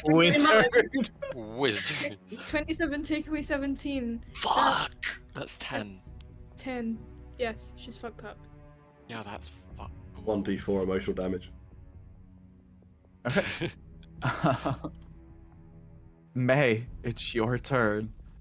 Just like Effie was right in front of you when this happened, and I imagine it's to the degree the crossbow bolt hits Effie in the shoulder, and it's to the point where you can see like the head of the crossbow bolt sticking out the back of her shoulder. May. Are you doing? Do you remember how in my campaign there was the grievous wounds? I don't that sort of do thing? no, I That's don't do fair. critical injuries. Okay. I think they're a fun and cool combat mechanic. It's just not. It's just like one more thing to keep track of. Yeah, for me. that's fair. So May, I think she just kind of whispers it to herself, but I think Aoife, like everyone around her, would kind of hear this. Mhm. How was he? I think he deserves to take a beast on his own size. And she activates her rage. All right. Hell yeah. Basically, what you see is it's first the sound that kind of comes through. It's kind of starts, like, it shakes your bones with the sound of it. It feels like the cracking of wood underneath your feet. And from underneath May's weird shawl, kind of like really ratchet ass, nasty, fucking gross ass fucking cloak thing that she's got going on, an orange glow starts to emanate from where her heart would be. You can see like along her arms and underneath the skin there's this warm orange glow, and you can feel the heat coming off of her. And like bones are starting to crack as well, as she just kind of gets into more of like a bestial position, kind of in a similar way Aoife was walking, but like a human shouldn't be able to move like that. She gets down on all fours, glaive out behind her, and the way she moves is kind of like, imagine if a ballet dancer moved but could break all their bones in their body while they're doing it. It doesn't look right the way she fucking moves. And she kind of quickly stalks over. Also, for reference, while she's doing this, her glaive, from her wrists, brambles burst forth from the veins and wrap around the glaive itself. And her blood drips orange. Her blood is warm. It looks like molten rock. she gets up into this motherfucker's face. She's not in Yeah. the mood for his bullshit. She Fuck didn't yeah. like that. And she is going to take an attack. First attack. Whoa. Go for So it. she's gonna go in for the glaive. Oh, yeah. Reckless as well, so this will be with advantage. Right. So yeah, 25 to hit. That hits. Lovely. So that's 1d10 plus 5. So that's 6 plus 2. So that's 8. With the rage damage, and then Do you want to use a charge? not quite yet. I'm saving that for a crit. So that's 8 plus 4. That's 12. Gotcha. So yeah, 12 points of damage. 4 of that's radiant. The rest of that is magical slashing. Okay, cool. She just kind of goes in, raises the glaive, and just goes in for a side swipe, like right into the fucking ribcage. Very nice. Yeah, your glaive bites into the armor plate he's wearing and leaves like a tear open in it as it comes out, and blood comes out. But instead of like a gasp of pain or anything when you hit this figure, he just continues to laugh. I like this man. Calvis, it is your turn. Okay, so he would also like to go up to that same motherfucker. Yeah. And hit him with his glorious hammer. Yeah, go for it. Come on, please. Please. It's a 13. 13. That does not hit.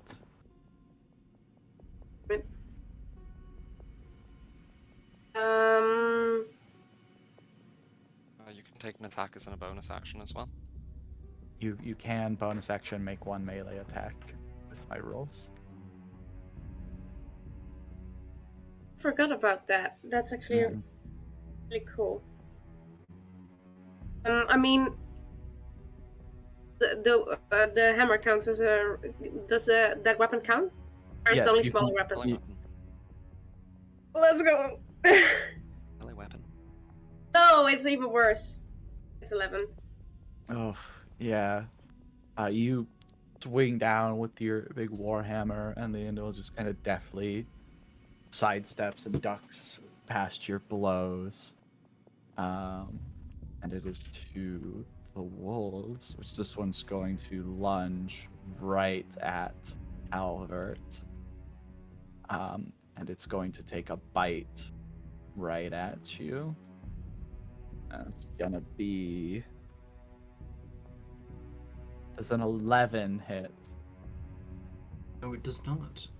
So you are able to, in time, move and duck out of the way of its jaws as it kind of lunges almost past you a little bit. And it's going to take it to Aoife's turn. Fuck it up.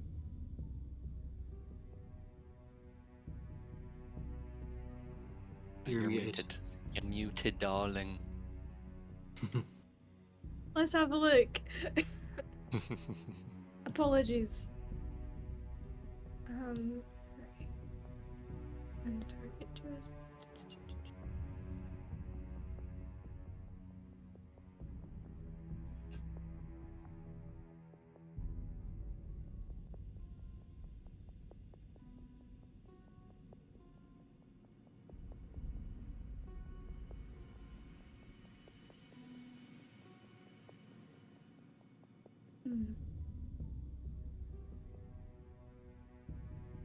I think I'm gonna cast a little funky spell.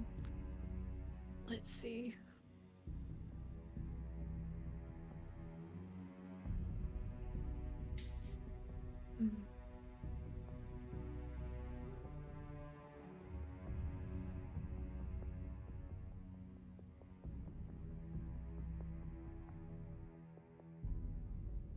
gonna cast Ice Knife, but I'm gonna move closer to the wolf near Calvaire. Okay. Yep. So I'd like to say I'll move around a bit here-ish. Gotcha. Do we have, like, in this campaign, do we have Yes, you do flanker? have. This Um, will give you flanking. So Ice Yeah. Knife's a ranged spell. Yeah, It's, the only thing is five. Ice Knife is a ranged spell attack. because you can throw it. Can you not use it as like a melee as well? I've never seen it worded. No, it's only it's only a range That's a because it shame. explodes. Oh yeah, of Okay. course it does. Just say that Right. I would have moved a wee bit further back then. Also, keep in mind, it does have an explosion effect. Yeah, that's okay. I'm gonna Yeah. aim. Let's see. Let me cast it. First level.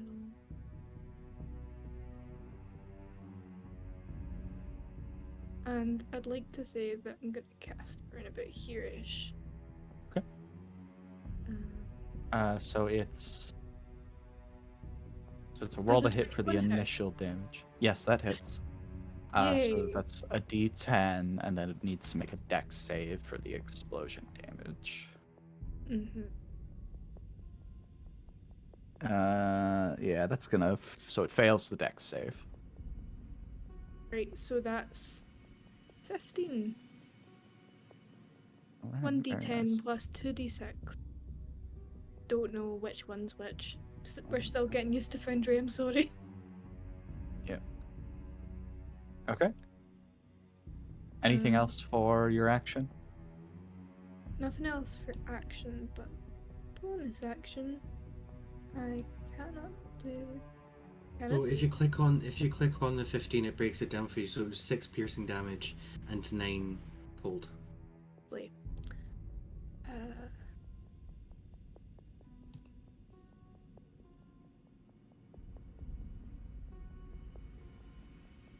Yeah, I think we're just gonna leave it at that, I think. Yeah. That takes it to Calvert. Okay, awesome. So I'm going to. So remind me with the casting 2 spells on your turn. It's You can action cast and bonus okay, bonus action cast leveled spells. The only what did I? That's all I need. I don't have any bonus action spells, so I'm just gonna risk an opportunity attack. Okay. And I'm gonna move like here. Okay. Does a 14 hit? It would, but I'm going to reaction shield. Okay. Cool. First level, obviously. Let's see. I cast shield as reaction.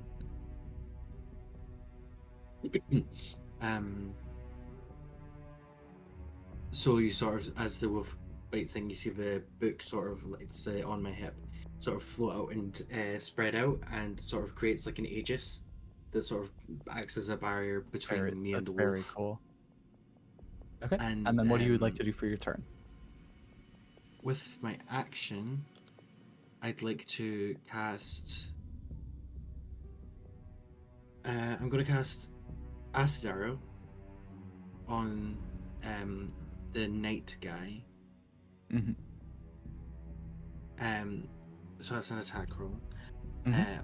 And I'm going to be swapping its damage type out for Psychic Okay. instead of Acid, using the the Order of Scribes feature. Gotcha. So you sort of see, as Calver prepares the attack, you see him open out the book as it levitates in front, and he sort of taps his 2 fingers on either side of the page, and sort of does that motion. And as he does that, sort of attaches a magic string between the between the 2 corners of the book, and then he draws that back as a arrow of psychic energy forms, and he looses it as it goes out to make an attack. And I'll do that roll, and it's gonna miss, I bet. Yeah. 11. That misses, unfortunately. Yes. That's a So the arrow launches and it looks like it's going true, but then the armored figure deftly, just kind of with the side of his blade, smacks the arrow aside and it goes flying harmlessly off into the woods. And that's going to take it to anything for your bonus action. I don't think I can do much. Okay. But let's see. So I was 1, 2, 3. So I've got 10 feet of movement. So I'm just going to move Yep. to here, if that's okay. Yep. All right, and that'll take it to Awesome. Thaddeus. Because I'm going to bonus Um, actions. Thaddeus moves just slightly over to the left up here, and he sees the wolf up there.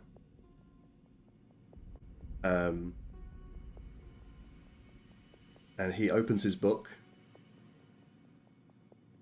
and he points towards the creature, and Mhm. the flavour this. He kind of like speaks in like an otherworldly tongue, and says like Mhm. "Metloi," and then like he casts a Crown of Madness on the creature. On which one again? Did it not pop up on the thing when I targeted it? Oh yeah, it's the one up north. Yeah, It up did. here. Okay, gotcha. How do you do that? Oh, I see. It's the arrow, like the save. archery or token thing on the left. It fails the save. That was a save. Cool. Yep. So That's cool. the target is now charmed, and it's got like a visible sort of like twisted crown, but I've sort of flavored it where it's like tentacly, kind of, with like a madness glow in its eyes. It must use its action before moving on each of its turns to make a melee attack against a creature other than itself that I mentally choose. But it can act normally on its turn if I choose no creature or none are within its reach. Well, how it works. So basically, if it runs into someone else, I could choose for it to attack a creature, if that makes sense. Gotcha. Its turn is next, so at once you've resolved the rest of your action. Cool. So that was on my bonus action, because it's from my book. As my action, I'm going to hit this wolf down here with a Eldritch Blast. Go for it.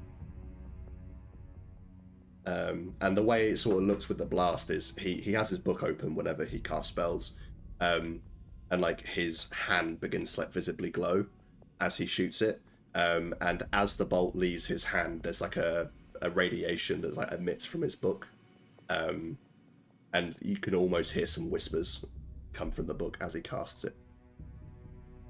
Gotcha. 11. That misses. All right. So That I is choose take for it the to- wolf yeah. to attack the knight if they get Cool. within range. Yep, so they head in to do that. Pack tactics, so since May and Calvis are there, it's going to get advantage. Good thing it did, because one of my die was a crit fail. And then it's going to, so it bites into the back and shoulders of this figure, and it's going to deal 11 piercing damage.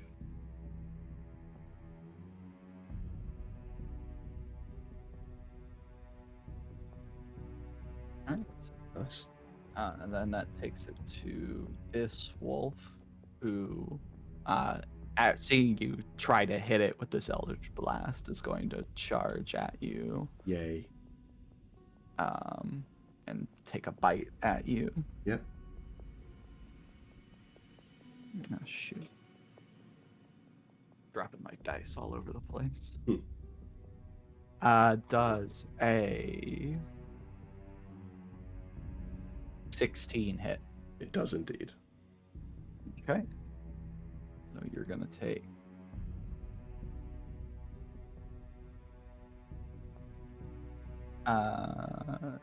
8 piercing damage. And I rolled That's my it. con save for Crown of Madness, Yep. and I got a 21. Cool. So you maintain concentration of that as you have a wolf teeth in shoulder, you know. This is All awkward. right, and that takes it. This takes it back around to the knight. And he's going to take a multi-attack down at May with his great sword. Hit me. First, oh, I'm so sorry. Is it a crit? Yeah, it's a crit. You do roll with advantage with all of these because I did take reckless. Remember? I crit. I on know, the I know, but just for first one. future reference as well, it was in my head. Oh, so that's gonna be a lot of d6s. It's Yikes. fine. It's fine. Please You're tell going me to it's say non-magical. it's not magical. Yes. Okay, So you're great. It doesn't you're matter with resistant. it doesn't matter But, with barbarian rage. What's that? 11. It doesn't Oh matter yeah, with even magical barbarian. I'm resistant to. Yeah, Yep. it's Oh, you're thinking of the blood hunter lichen. Yep.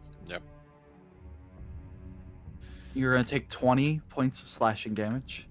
Is that already halved? No. So you'll take Yeah. 10 halved. Great. And hold then second attack.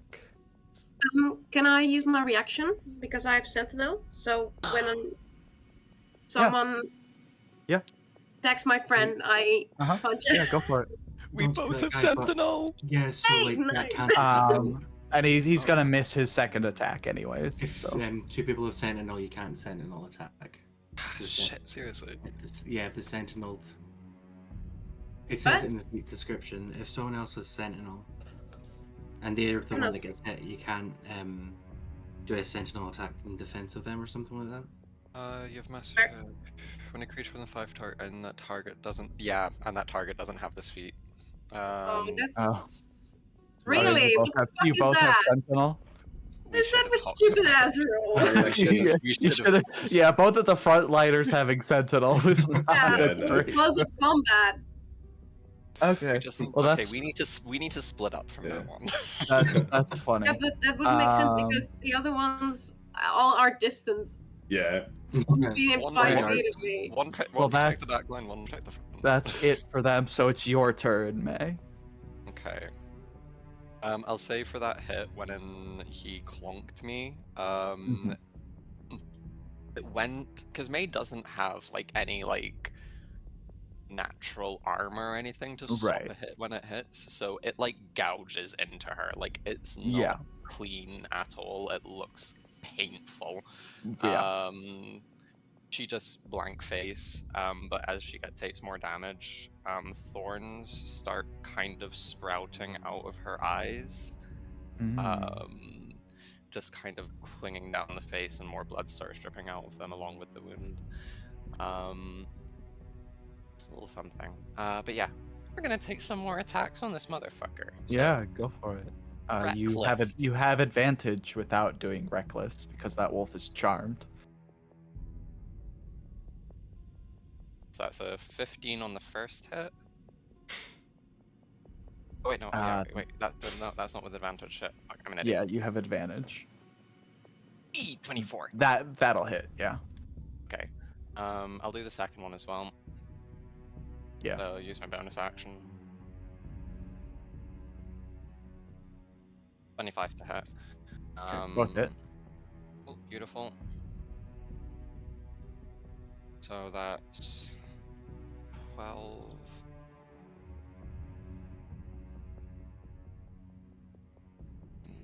Is 27.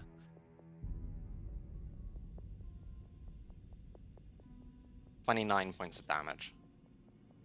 How do you do this? Yes. So He had exactly 29 HP left. May kind of because I can imagine like Calvus and the wolf are kind of getting in on it as well and are also like fighting simultaneously. May will, as he like clunked into her with the blade in the side, She twists off the blade, goes into a spin, and then just comes around with the glaive directly through the neck, and just slices it clean through. Just using the momentum from that spin off. Cool. Cool. Coming down. Very nice. Just chops that motherfucker's head clean off. Okay. This one's got the one up top. This one is charmed. Yeah. Visibly so this charmed one's as technically such. on your side right now, and yeah, is visibly so. Visibly so. So May is going to. Okay, let me probably look. Where are you? Oh, I didn't mention. Sorry, the wolf can repeat the save at the end of its turn, so it could have rolled a save already. Okay. I'll do that next time. It's Okay. fine. I've still got 30 feet of movement.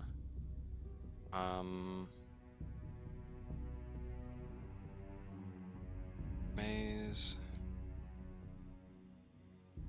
Gonna get up here.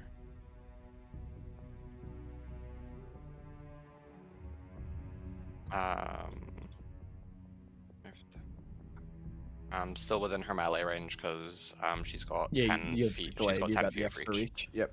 Yep, got that extra reach there. And yeah, that'd be me. Okay. That takes it to Calvis.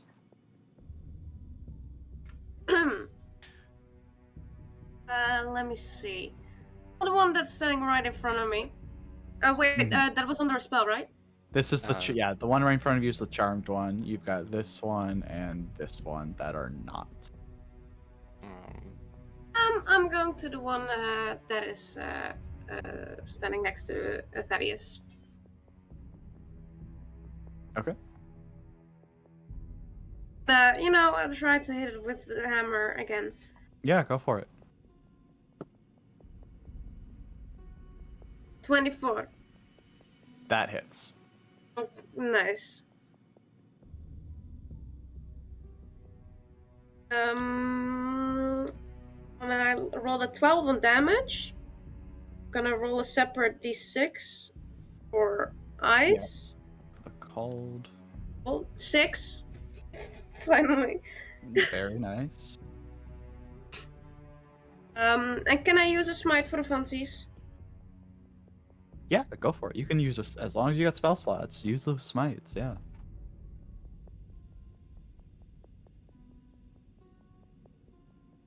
Six and a 6 makes 12.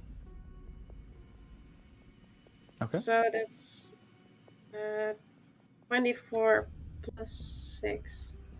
I've been doing it gradually, so you're good. Okay. No. Okay. Anything else for Calvis?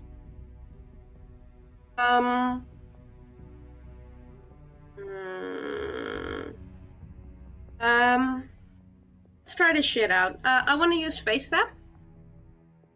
Okay.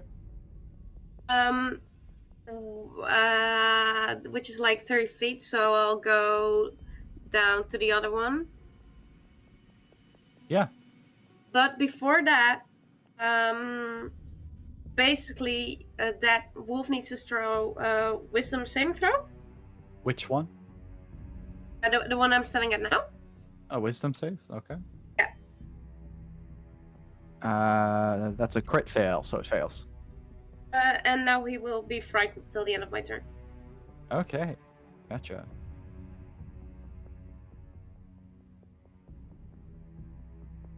Okay.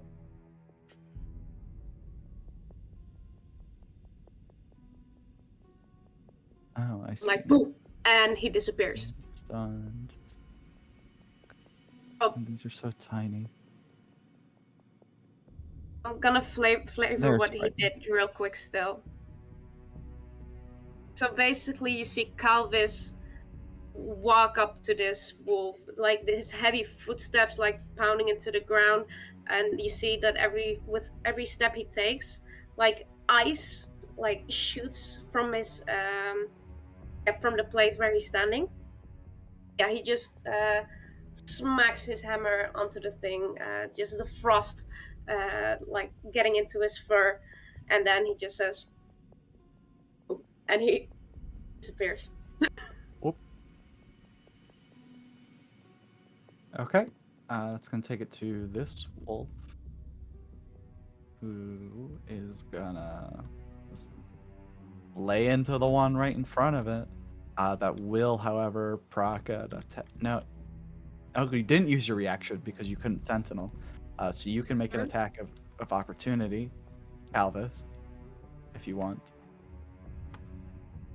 Oh, like that. Oh yeah, of course. Yeah, because it's moving didn't out I? of your range to attack May Yeah. because it doesn't know you're there. Nice. Okay, so we can be in the front line. We just need to be a little bit further apart. Yeah, oh, we can do this. We can do It's not this. side by side. Yeah, this isn't a sentinel attack. This is it's moving Yeah. out of your Yeah. Yeah. your range. 15. That hits. That means they can't move as well, doesn't it? A 7. That's right, because you do Yeah, have reduces sentinel, movement so speed that to stops 0. it. It's a 10 damage total. Okay. Since you hit it and stopped it, it's gonna turn on you now. Just, Bitch! make an attack against you. Which no, because they have sentinel. You'd be able to if Calvin didn't have sentinel, you'd be able to sentinel attack it right now. Does a 21 hit? Yes, it does. 10-foot glaive. You're No. gonna take I know. 13 piercing damage as it bites you. Ouch! Yep. Okay, and then that takes it to Aoife. I'm back. Sorry. You're good. Just in time for your turn. Play. So I'm about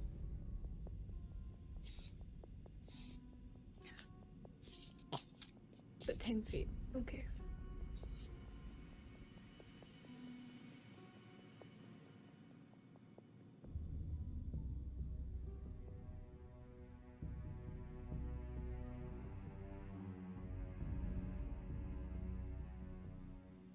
A magic missile this we did. Yeah, the go for it. wolf. And I'd like to flavor it as, you know, when you're kind of skipping stones on like the surface of a lake or like a body of water. She kind of does. She has her book open. We love having a prop. She reads the magic words for the spell and just goes doo doo doo. As she casts magic missile. Let's see. Phew. Doo doo doo. All right. Yeah. Roll damage for those. 1d4. Hold on. So I guess is that 3 damage for 3 darts? Yes. Or Yeah, so 3 Yeah, damage per so- dart. 9 damage. Yay! And Okay. as a bonus action,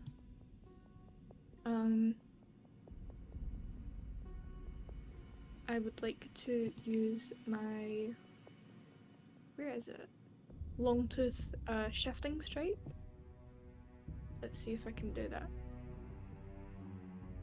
And that is a 5-foot reach, so I'll just get a little bit closer. Of course, I'm still in measure mode. That would help if I was in normal mode. Just a little bit closer. And see.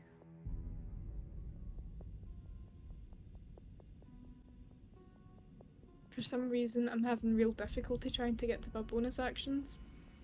So is it okay if I roll it on the thingamabob? D Beyond. Beyond, yeah. That's what I've Okay. been doing.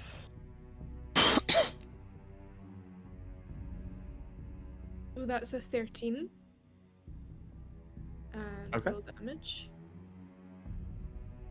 Yep. That's a 7. 7 piercing damage.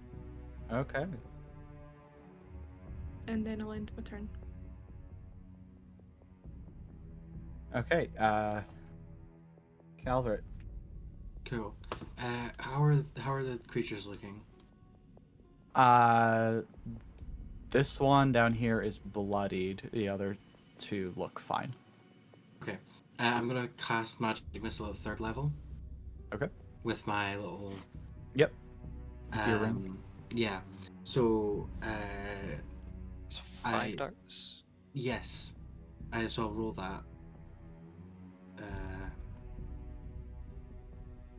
Where's my spells? I'll just do like at 1st level, then refund the spell slot just so we have the thing pop up. Is that okay? Yeah, that's fine. Upcast Yeah, yeah, that's fine. Cast. Oh, 3. So it's So 5 3... darts with 3 damage. Yes. So I'm gonna send two darts to the southern wolf. Okay. And then to the wolf by Thaddeus, I'll send the rest. So 3. So 9 damage to the one on the left and 6 to the one by the pelvis. Okay. As I Anything sort of else? pull up my book and do my dots. But this time you'll see with my wizardly quill, you'll see like the rings glowing, and you see like energy seems to surround my hand and suffuse it, supplement it with extra magics. As I'm surprised by the extra dart that flies out. Right. Yeah. Very good. And I'm going to move here. Okay. Or Thaddeus. here, actually. Sorry, there. You're good. Cool. I'm going to use my action to maintain control over the wolf, and basically direct it to attack the one that's next to me. Of course, it'll do that on its turn. And then, do I have anything as a bonus action? Don't know if I do. Oh, I guess I do, kind of. I am going to telekinetically shove the wolf that's next to me 5 feet backwards. Okay. It's a DC 13 strength check. It fails. You shove it backwards. That brings it to this wolf up here. So it starts to head down there. But before it can get too far, its body completely locks up. As you turn to see what's happening, you start to see trails of blood sprouting from the body and weaving their way back towards the fallen armored figure, which you see the body with a purple glow emanating from its wounds stand up, pick up its head, place it back on its body. You hear bones crunch and snap back into place, and the blood enters it, and its wounds heal, and even the damage to its armor repairs. As he shakes himself back, back to life. Yikes. Fuck. And this wolf falls dead, completely drained of its life energy. Oh. And the I knight need is to kill back. these fucking wolves. The knight is back to life. Oh, you bastard. He was on my side. He stole your bitch! And the knight again just lets out a cackle. Wow. This turned out to be a rather interesting fight. I think I'll leave you all to clean up, and we'll meet again later.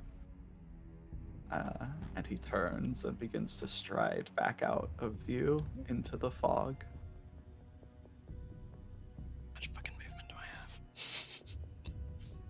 Enough. And he disappears Nearly. Bastard. back into the woods. Cunt. In the woods. And that takes it to this wolf, who is going to follow suit and begin to leave, but not quite having enough movement to get all the way out of view. he living in frightenedness? Doesn't appear to be. So the frightened didn't work? Well, it's not walking I mean, towards yeah, you, is it's it? So, frightened. But yeah. the frightened May. stuff just means that they can't run towards you.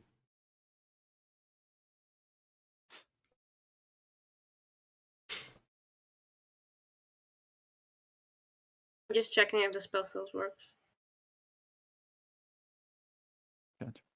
May, it's your turn. I mean, really kind of want to kill that wolf that's getting away. Uh-huh. um,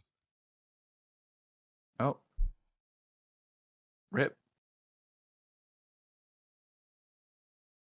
She's on her way to kill the wolf. She's still doing it though. Bear with us for a second, chat. Down one person, hence why the cameras look a bit odd.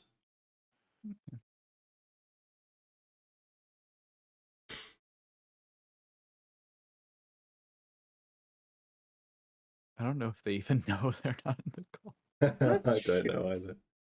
I'm assuming they do.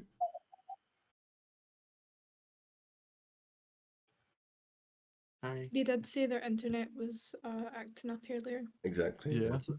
What's happened? As Oh, they're there, back. there. It was very funny as Robyn was starting their turn. They just dropped out of the call. Hi, I'm back. Welcome back. I don't even know why that fucking happened. I might have like I accidentally don't know. like swapping between Mine them. just completely crashed earlier too, so I don't know. Maybe Discord's Right. just having a weird day. Yeah, I maybe. explained my problems earlier. We love Discord. Anyways, you're but chasing yes, after him. chasing after the boy. I want to kill one of this bitch's wolves. So what I'm gonna do is I am going to use my bonus action then to make an attack on Mhm. this Right. can't. So action dash bonus action attack. Gotcha. Yes, yes. Okay.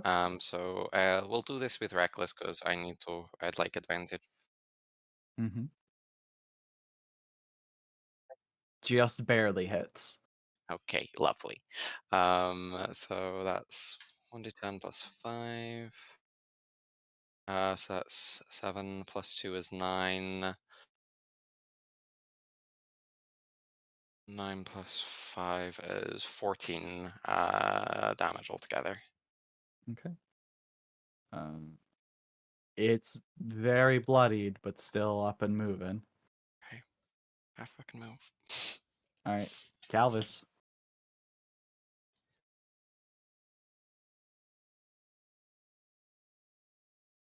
I forgot I was muted. I am very sorry. He's gonna use his hammer, like always. Mm-hmm. Mm-hmm.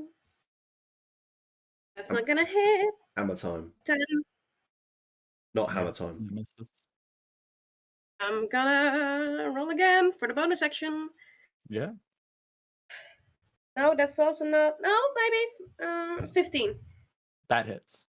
Nice. Roll damage. And 13 plus 3. I'm gonna use another smite. Okay.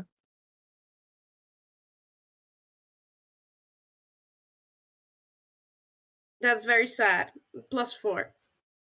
How do you do this? Nice. Okay, so basically he just raises his hammer and he smacks it right down onto the wolf, who just splatters onto the floor. Yeah. The blood that splashes out of it freezes midair, so it's like a really spiky statue. Very cool. Very cool. Hot. All right. That takes it to Aoife.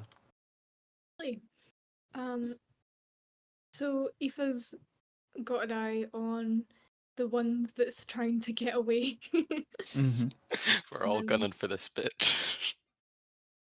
And she's gonna snarl in wolfy form and then she is going to cast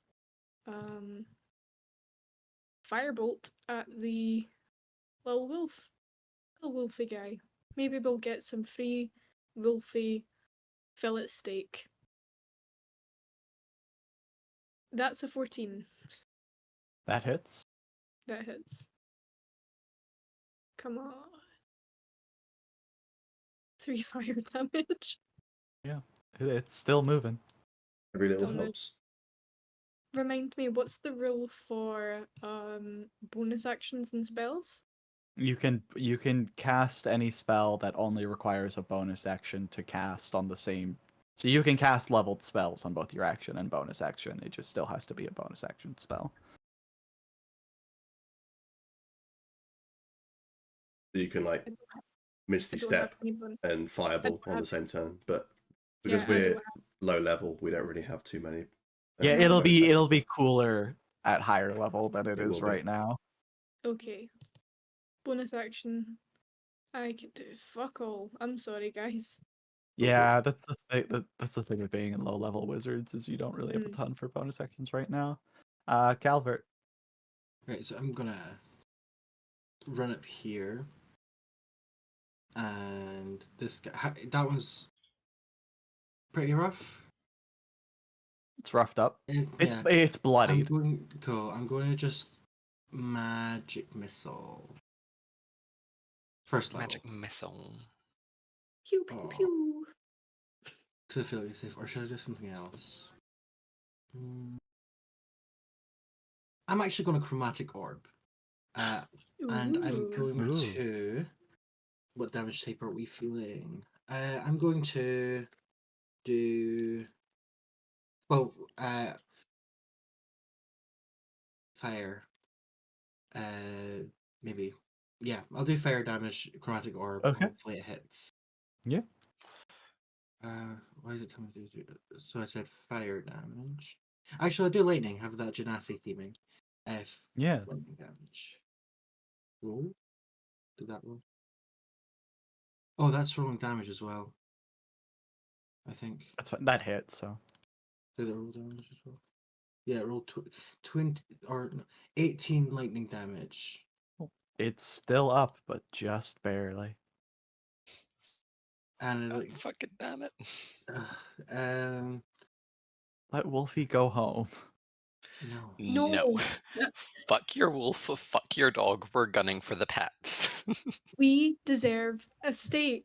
We're having wolfy Exactly. steak. I'm just. It's gonna not friend, it's food. It doesn't count as cannibalism if you're a werewolf. Yo, let's debate that one for a second. We're visiting Let's that. let's debate that one. We're looking actually. at We don't Oh, have yeah. time to unpack all of that. That'll be my turn. Okay, Thaddeus.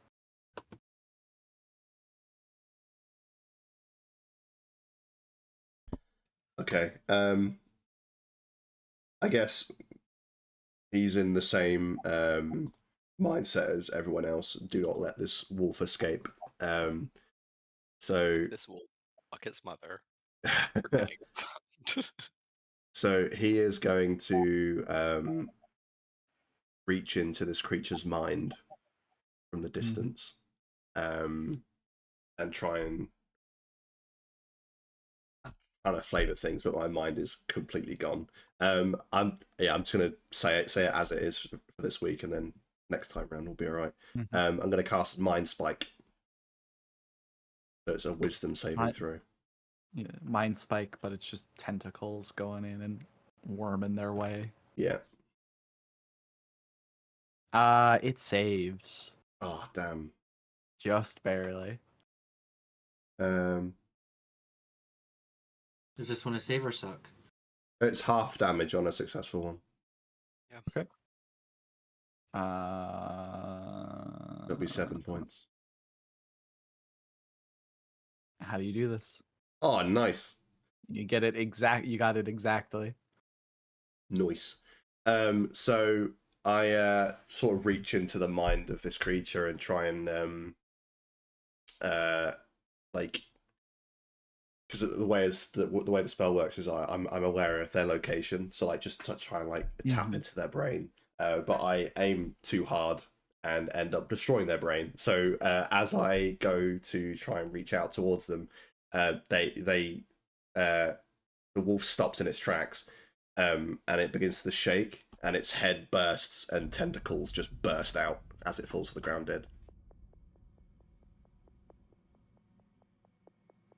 I don't think don't we like can how eat that now. I don't like how close May was to that. All right. Well, congratulations on winning your first combat, everyone. Yay. It is by this point like mid-afternoon.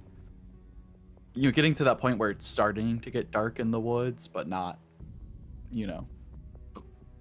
like the sun isn't setting, but it's well past its peak for the day. And you all still have a bit of journeying to do if you're to make it on time with the amount of rations you have. Yes. I know what you're going to ask. But ask it anyways. Can Aoife take some time, because she's definitely butchered animals before in normal human form. I would like to imagine she's shifted back into normal person shape. And she is going to butcher the wolf and try and take as much of the edible meat that hasn't been tentacled. Yeah. I will say, yes, you can do this. It will take you until dark, however. And then I need you to also roll a d6 for me. Just to get a bit of perspective, he said that there would be like 16 days. So the camp should be fine for a while if we take a little break, get our spell slots back, or smites. Does that need to roll? Is that medicine? No, you can just do it. It'll just take you until dark. Okay. And then I need you to roll a d6 for me. I mean, we could take the body with us and then butcher it later. Can I check the pouches that were on that horse? Yeah, you can actually. Yeah, the horse corpse. The horse. Oh god, that's a 1. That's a 1? Lovely, thank you. We get 1 bit of meat. Oh no, that has nothing to do with that. Fuck. I don't like that. Yeah, you can loot the horse. The horse. You find they're kind of torn up and hard to make out, but some like scrolls that are correspondence between, from what you can make out, a group of Free City freedom fighters. Specifically, they're a group from Atiram, which is to the west, and they were, I guess, in correspondence with Orin. But as far as like the details of the message, you can't really make anything out other than they were giving kind of updates on supplies, and it seems like based off of what you know about the camp supplies, it seems a couple weeks outdated. And Orin was the guy that gave us this mission. Yeah, Orin is the guy like in charge of the camp. Yeah. Awesome. Yeah. And there's nothing else on, nothing like any like rations that were just. I'd say there's splitting it evenly between the 5 of you, an extra day's rations. Okay. So do we butcher the wolf, or are we leaving it behind, or are we taking it with us to butcher at a later date?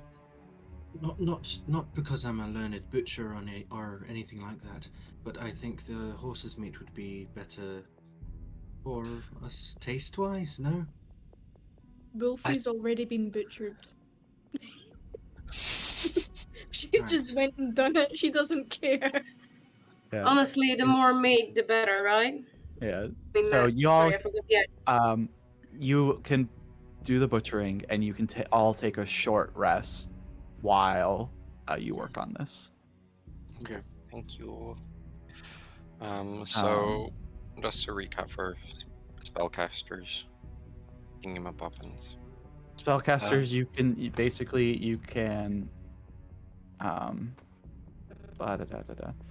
can expend a hit die, and you expend a hit die, roll that hit die, and you get back half the value you rolled in it in spell slots. So like a 3 lets you get back a 3rd level spell slot, or 1 level, like adding up to the value of the die. And you can't roll more hit die than 1/2 your proficiency bonus. So right now the spellcasters can roll 1 hit die, and you get back the number on it of spell slots. Can we do that plus spend hit die to recover hit points? Yes. Cool. You can do both. Beautiful. Wonderful. What was it like for melee people again? Does it? Marshals, So you can for- also spend a number hit die up to 1/2 your proficiency, so 1 at our current level, and it gives you like a plus whatever bonus to hit. Okay, Mhm. but I could also get my smites back. one or the other. Or if I just Yes, you could do one or the other as a paladin. You can't Okay. do both on a short rest. Okay, so I'm gonna spend 1 hit die, which is a d12. And yeah, we one can take a real life break in a second once Kieran gets back. That's 9. And then it is 10:30 y'all's time. Yes. Yep. So Kieran will get back. We'll put the stream on break, and then we can have a chat about how much further we're gonna go tonight. Awesome. So, question: I got a 3, so I can restore a level 1 spell slot and a level 2 spell slot. Yeah, so it's basically like the number value is like you can add up recover spell Like a slots resource and pool a to number spread that around. adds up to 3. Awesome. That's so cool. That's such a cool Yeah. reroll. And this is in addition to any class features that allow you to restore spell slots on short rest, not a replacement. Awesome. During this wee short rest, I feel like Calvar would go to Aoife. Mhm. Because she's been a ray of sunshine so far. I will be right back. Okay. So, I always like to try and better myself with my magic, and I like to try and incorporate different styles to casting, and I noticed yours is a bit more physical, and I was wondering if you'd be able to give some pointers, because I feel like when I'm like casting my spells, I'm very planted and stiff, and that can result in me getting more like whacked.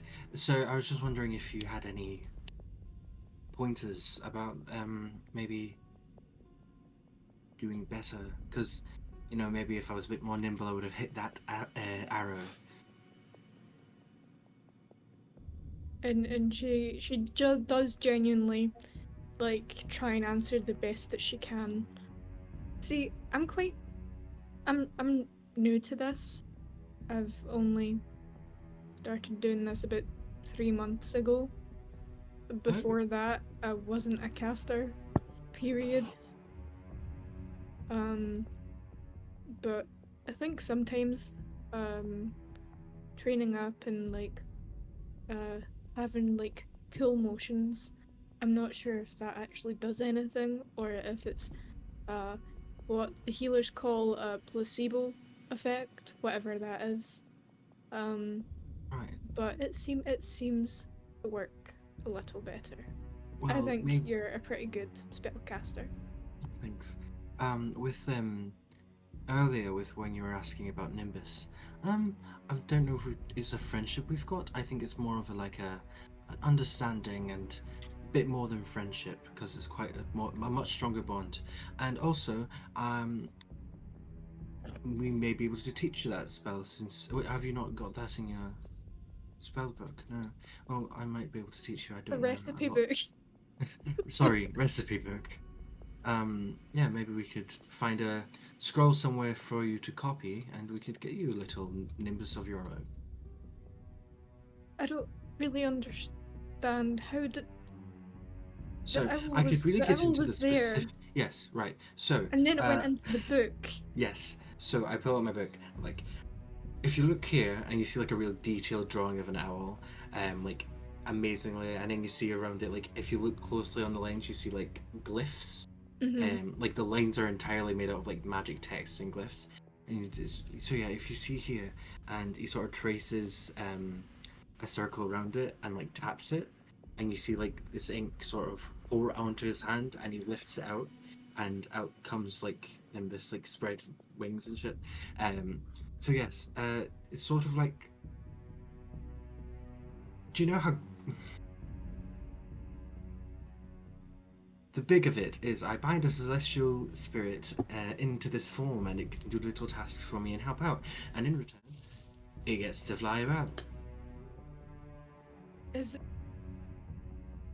I would like for flavor for people to imagine Aoife is just completely dumbfounded. You have just brought a drawing from a book and gave it tangible material form. She has been a spellcaster for 3 months. She didn't even know her granny was a spellcaster. She's like, It's truly the formalized education versus the self-taught is very fun. Perplexed. We are gonna go on a quick break though, so we will be back in about 15 minutes. Hello everyone, welcome back. We were just taking a real quick break. We're diving right back into session 1 of our new campaign. Thank you real quick to all of our raiders from Rollers of Fate. Thank you all for popping in real quick. We just got done with our first combat encounter for this campaign and are finishing up a short rest. So We still allowed to do things during the short rest? yeah. Was there any other RP stuff y'all were doing? I know I kind of cut that off when we went on the break. So I would love to. go ahead. Who rolled that? What was that? So who's rolling dice? Who fucking rolled the dice? surprise. I might leave Who's in a rolling bit and dice come back without because my there's explicit permission to do so? We were doing a Thaddeus. short rest. I'm being killed. During the short rest, where is Eva? Carving up a wolf corpse. Yeah, they were talking to Calvert before about Find Familiar and how that works, the logistics. She is amazed. But they're currently like elbow deep in wolf entrails right now, just, like I think May would probably come to help you out with the butchering process as well. Like, just join in on that. Not even say anything, just start carving up with you. Yeah, just like the wordless nod. Just a And wordless nod, go in Just there. get to work. She's got a blindfold on. Oh, a blindfold. Yellow Jackets reference, she doesn't have a Oh blindfold fuck on. yeah. Yeah. Here and Alright. see the wilderness, guys. Ugh. I'll Calvis. No, go ahead. say, by the way, I roll my comically large dice king. Stupidly large dice. Maths. From the wolf meat, you're able to take once you like cook it into or like dry it out into something that'll last. You'll be able to get divided evenly amongst the party 3 days worth of rations for Let's y'all. go. Which Smart. that'll bring y'all with what you started with from Orin, plus what we found on the horse, plus this, you're all up to 7 days worth of rations each. Cool. Yeah, the amount of rations you have will be important. So I'm gonna make a note of that. We get as standard 10 on D&D Beyond, so if you just change it to 7, then yeah, just change it to 7. You wouldn't have had the standard 10 rations. we starve it out here, lads. Yeah. Food was collected and controlled. It was a controlled substance. Food. Well, Calvus, you were wanting to do something? Yeah, he's gonna wait until Eva is like by herself or something. Okay. Yeah. So one, Yeah. we'll say Calvert and Eva wrap up their conversation, and Calvert goes off to rest up. Yeah, are they finished carving up the corpse? May will go off to take a piss. Yeah, Calver's just gonna go. Appealing. Go And, piss, girl. Calver's just gonna go and fuck around with Nimbus, I guess. Do Cool. owl shit. Yeah. Is that a reference to something? No, Okay. I'm the reference. All right. He'll just walk up to wherever she's sitting, and he'll be like, "May I?" And he gets to the spot next Mhm. to her. All right. I just want to say that I didn't mean to get off the wrong foot earlier. Fine.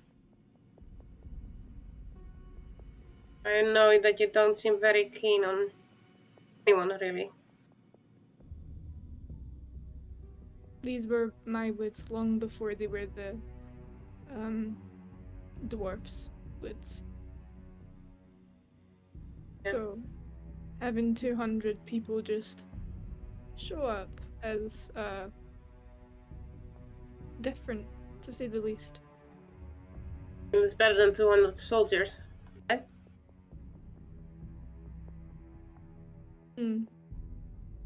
Debatable.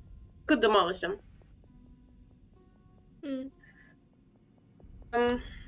I know that you're not very. Why would you share with me? But may I attempt to ask a personal question? Sure. So, you asked me if I knew what it was like to be hungry or starved, so to say. Mm-hmm. You haven't answered the question yourself. I was wondering if I may ask. I'm what always it is. hungry. And it's like this unblinking, like, I'm always hungry. It's very unsettling. Right. I just thought maybe it affected you very personally, or whatever. I turn into a giant that's fuck it. off wolf. What do you think? Sorry? I turn into a giant fuck off wolf. What do you think? I'm always gonna be hungry. You know how many Right, this is very- calories it takes to shift? Exactly. She's Alex, a high if you're asking metabolism the real girly. questions.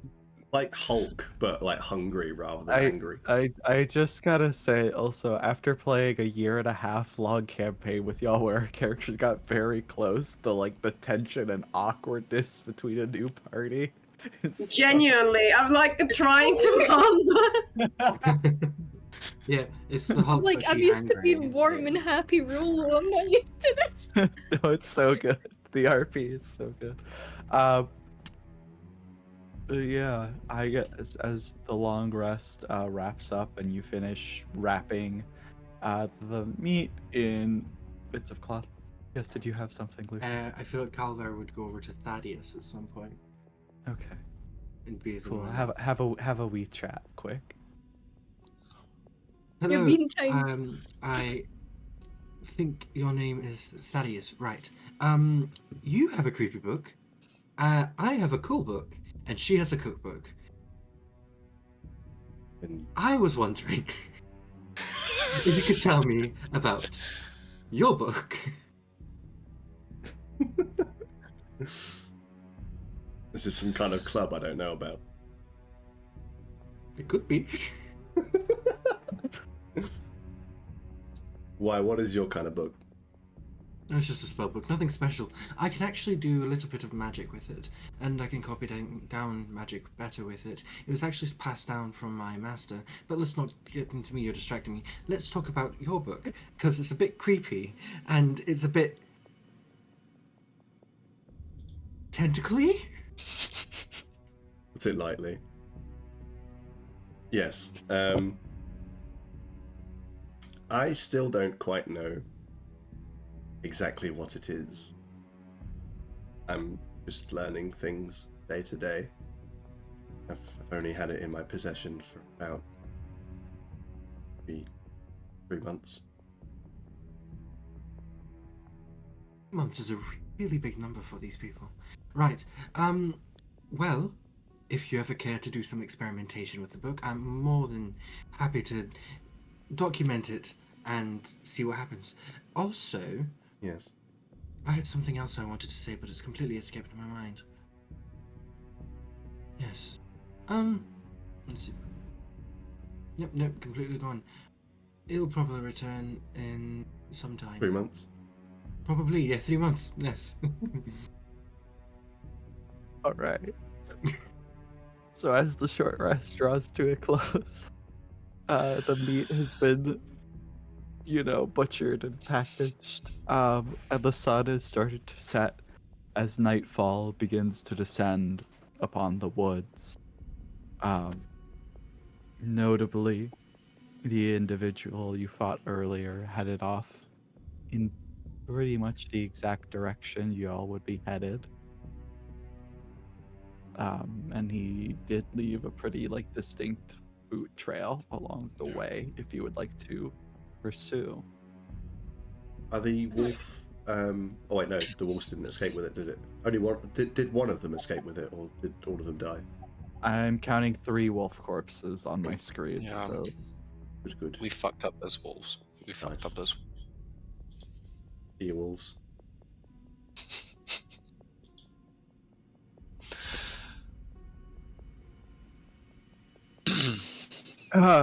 yes, question. What? Like, it's dark, isn't it? It's Yeah. dark, yeah. It was dark already, it's darker. Yeah. It's always dark in this Darker. part of the woods. Yeah. Into Yeah. the woods. It's always thematically dark in the woods. Mm-hmm. Every single time you say "in the woods," I just hear Shane from The Walking Dead. In the woods. I hear Into the Woods. See, I'm the opposite. I'm thinking of the Into the Woods musical. So, but- Yeah. Yeah, I'm just. would you hearing like to Shane. continue out of the woods? Yeah, sorry, I have the question. Out of the woods? What's the moon? Can Aoife see the moon? Can you see the moon right now? I can answer that question in just a second. Yes, you can see the moon. It's not a full moon, but it is nearing a full moon. Thank you. Do we notice you clocking into staring at the moon? I don't know. You all have embarrassingly low passive perception. I have 9. I will say. I'll have you know. I'll have you know, mine is 15. I'm sorry, anything below Respectable. 16 is not a good passive perception as far as Respectable I 14. am concerned. We Well, don't I have any always wisdom-based determined- characters. Who's got the 9 passive perception as well? Anyway, Hold up. If I'm I'm too focused on my your book. your passive perception is only good enough for what I say. I've got a 10. I I've got can't. a 10. I can't see anything. So. No, so you all make your way out of the woods. It takes you a little bit longer. Probably nearing midnight. As you exit the woods, it is magically somehow clear skies, nice moon, shining stars. As even though it was super cloudy, literally 5 steps back in the woods. Can I Yes. ritualistically cast Detect Magic, but using my Order of the Scribes feature, wave away the 10-minute timer. What are you when trying- cast those what are- spells a ritual, you can use the spells. What are normal you casting time. what is the target? Like, I believe it's are you just 30 doing- feet around me. I can Okay. detect magic. Yeah, you detect a lot of magic. In fact, there's so much magic right next to you, almost as if you're surrounded by magical individuals carrying magical things.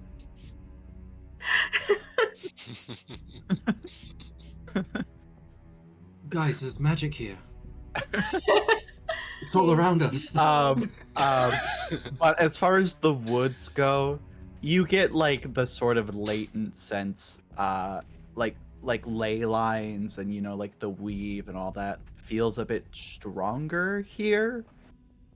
But beyond that, nothing out of the ordinary. Okay. I see magic all around me.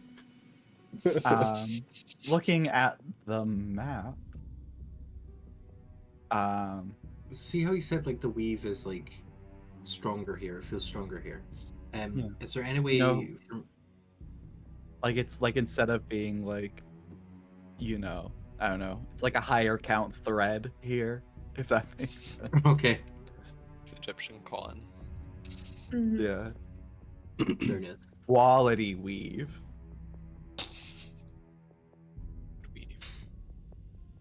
If I I think mind that's hilarious. you can see it in HD instead of 16-bit. So y'all came out of the woods like about here Mm-hmm. on the map. So you're a bit from the town, and then the camp is like here-ish. So you're like close enough that you would be able to see the light coming from the town and the camp, but wouldn't really be able to make up a ton of details beyond that. Okay.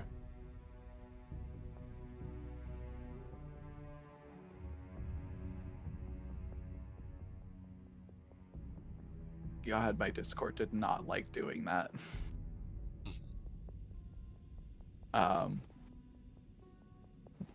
So yeah, you will see that also like the boot trail does continue heading off in that direction. Like westward. Yes. I would advise to err on the Northwest. side of caution here on it. Anything you say, bestie. Yes, but maybe we should also decide on our plan, perhaps, like how we're gonna divide. I thought we had a plan. It was just to distract them, no? I thought we'd perhaps narrow it down, but Well, I mean, I think I've never seen anyone like you before, so maybe if we just have you go in parading like, exotic attraction. Come see what I can do. Maybe that can woo their mind into a stuporous lull. I feel as though these people, like our friend May here, appreciate blood more than most.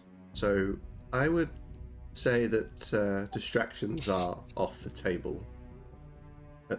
honestly, I don't mind distractions, like our I've friend. seen our friends here. I've seen you lot cast a lot of fire. Why not just burn that fucking village? Well, because I'm not that much of an arsonist. Also, Oh, why don't wouldn't a prison break also be like a big distraction as well? We could just release the prisoners of war, and then they'd be like, "Oh no, we need to get them back," and then they go and get them back. Do you I have really, the way of? really like the plan. Do you have the way of? Oh wait, well, I guess we don't know where the prisoners are kept at present. I'm sorry, I'm the ideas guy. I'm not the ideas make the ideas happen guy. I just read cool. books. There, And I that's why believe you do have like this owl, right? This owl, right? Yes, I have the owl has You a can- name. His name's Friend. What's his name? Nimbus. Nimbus. Nimbus. Beautiful. And he's Nimbusy. Right, I don't know what that means. But I meant like dizzy. That should never be written Sure, down in yeah. script ever. I'm just trying to say that if we don't know, you can look through Nimbus' eyes, right? Yes, I can. I can use him for further surveillance. And if I Yeah. Perhaps, but Wait. perhaps they could also locate the prison. Well, if I expend some mithrite, I can change his form. But I'd rather not. What could it turn into? A rat, maybe? Or if we're feeling adventurous, an octopus? I don't I really see just- too much open water in this area. I What think. even- What's an octopus? So, do you know how Thaddeus was sort of throwing tentacles at people? Mhm. Imagine that, but with a big, like, globulous head, and they ate up the tentacles, and it's like.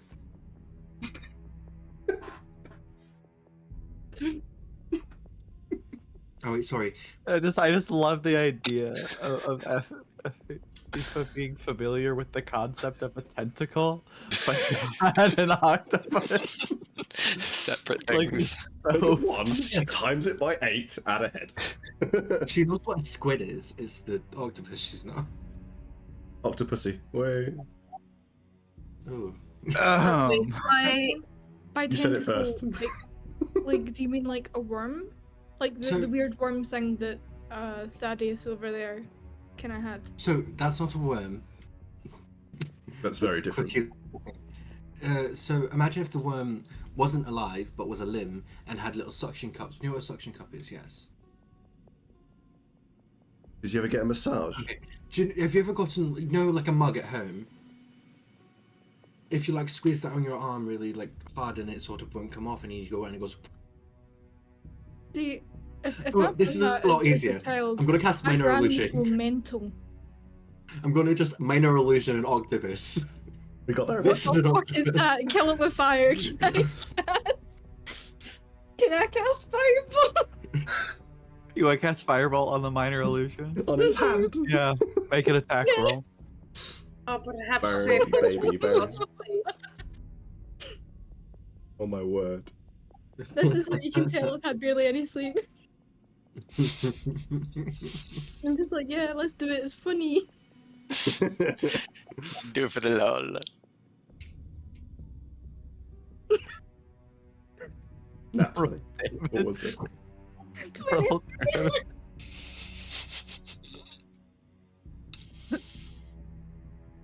And that does 8 damage. Double. I said did that nat do 20's a a crit? joke. No, that didn't do a crit. That only did 1d10. Roll again. Roll, add another d10. Another D10, right? Mm-hmm. Right. Okay, I'm just gonna do it in D&D Beyond. D10. Roll. That's a 1. So that's what, 9? Yeah. Yes. Mm-hmm. Hey, Lucas. Yeah. I need you to make a dex saving throw. Alright. Do I have Because advantage? that kill it with fire. Why would you have advantage? Just cuz. No. 11. I'm assuming that's below your spell save DC. Yeah, so Aoife freaks out. Kill it with fire. Throws the how is it? Finger guns for the fireball. Hairball. Yeah, What's the thematic Superman. component for your firebolt? She reads the thing. I'm trying to remember what she'd done before, because she cast Firebolt before, and she'd done something really cool. No, Um, you can't see the number of No, it. that was magic missile. You Fuck. have to pass Right, it. forget that. Yes, finger guns. Pew pew pew. Finger gun a firebolt at you. It hits the minor illusion, goes through it, and hits Calvert like square in fuck. the chest. Oh shit, so that's what But you'll only take half damage, so you'll take 4 fire damage since it wasn't intended to hit you. That octopus man, that was really scary. The fact that it just turned What the invisible. fuck? It turned invisible and then it hit you. Saw it. I saw it. Fire hurts people. That was a fake I was illusion. trying to get the octopus. It's not my fault that it disappeared. You summoned an octopus. You turn into a literal wolf, and you're scared of an octopus. Honestly, I'm though, I sorry, understand If you being saw scared of that octopuses. monstrosity for the first time in your life, I think you would be pretty fucking scared too. I didn't shoot you with fire. Honestly, it's not that big, is it? Yeah, but it's squirmy. At the Can you end of the imagine day, it doesn't matter, does it? The All Yeah. that really happened The enemy was lies that in the I was town, burned, not among us. Perhaps we should. and I just want an apology, Aoife. Session 1, the party falls apart and goes through. Yeah. And the only way I accept an apology is if you were to join my little book club. That's Read what it book. was. I've read books. Yeah, sure, I'll join your book club. I used to read books all the time. What kind of books did you read? Ones that my gran had. There was this one called The Girl in the Tower. The Girl in the Tower. It was the Girl in the Terror volumes 1 through 17. Yeah, so I was thinking Sleeping Beauty, right? And then I was like, oh yeah, Rapunzel's also like that. Girl in the Tower too. There was it was like a handwritten one. I think my gran wrote it. She was very good. Well, that's lovely.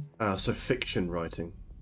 It was about someone with a little red cloak. Apparently it was like a folk tale, I don't know. And then there was The Stupid Girl in the Glass Slipper. Oh yeah.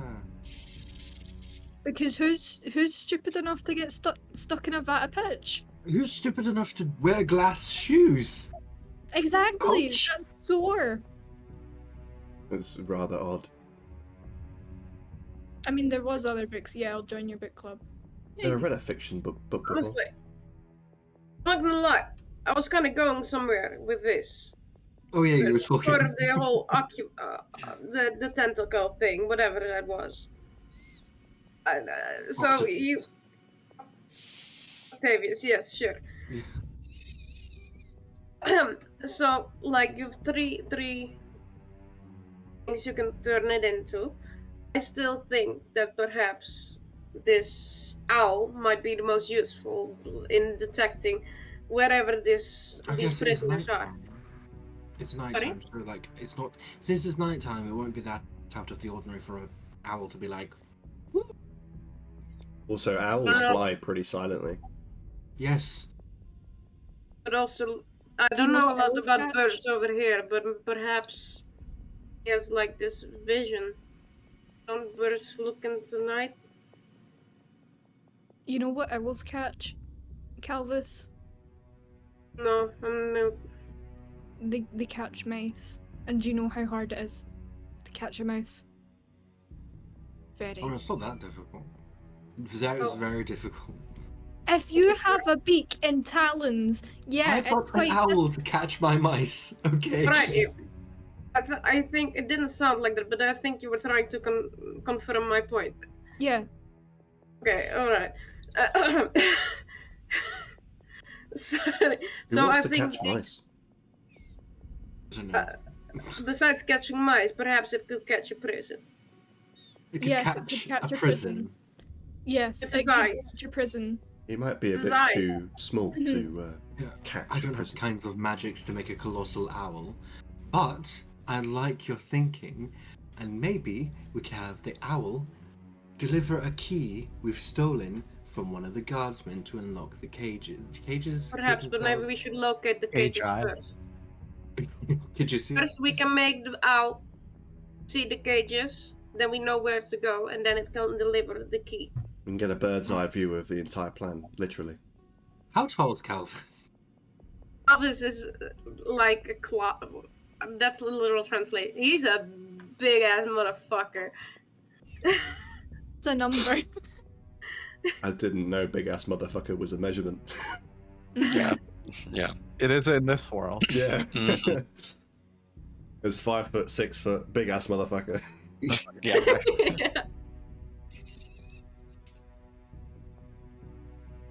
standardized. Yeah. I'm yet to decide. He's You he's can't bring a yourself to make a closet of character man. taller than Oscar. That, just to balance out the size of Amy, who's like 2.5 foot. So gotta compensate. They're living their Dutch dream of trying to be taller than they are. Yeah. Right. All right. So, what's the plan? I Okay. like the idea of the owl going in first. Okay, Mm. so I'll send in Nimbus, which is his name. Okay, Not Nimbus. the owl. Nimbus Thank is a you. very good boy. Nimbus. Can you give him Put some some head respect scratches, on his please? name. He's such a helpful little guy. Is his name like that in every form? Also, like an octopus Nimbus. Maybe. There will never be an octopus Nimbus. Can you give Owl Nimbus a little head scratch, please? You may give Owl Nimbus. His name's Nimbus. We're not calling him Owl Nimbus. You can give Nimbus a head scratch. Nimbus owl. Just like it's like nuns call each other sister something. We call it Owl Nimbus. She gives Ah, yes, Owl Nimbus a Nimbus. little head Paladin scratch. Calvis. Wizard Aoife. Barbarian Mary. A barbarian, if you will. But yes, plan, have the owl go in first. See what, the prison? The prisoners? Mm. Just the general gist of things? I think a layout of the camp would be ideal. Therefore, we Okay. know where the supplies are, we know where the prison I is, will we know where the guards are. I will initiate Operation Owl Awesomeness. And I'll do my little minor illusion trick again. Can someone grab a bit of parchment and copy the layout I'm showing? Of course. Amazing. You need to work on your titles. I'm the ideas guy. I'm not branding. I do think that's where we're going to end it here for this week. Cool. So, thank you everybody for tuning in today. Yeah. Big thank you to our Dungeon Master, Alex, for the first time on our channel. Had a great session. Thank you. Yeah, thanks to all of our players, Robyn, Chloe, Kieran, Elliot, and Lukas, who previously has been our DM for the past year and a half, now stepping in as a player. If we won't be streaming next week, but if you would like to join us the week after, we'll be streaming from 7 p.m. to 11 p.m. roundaboutish UK time at twitch.tv/powerwordquest. Or you can find all previous episodes on YouTube at youtube.com/powerwordquest. And we also have the campaign as an audio-only podcast. You can find us on Spotify and Google Play. That's us from this week. For this week, just to reiterate, our last campaign that we started streaming with is available to go watch. This is our first campaign that we're streaming from the very beginning on. So stay tuned for next time, and thanks again for tuning in.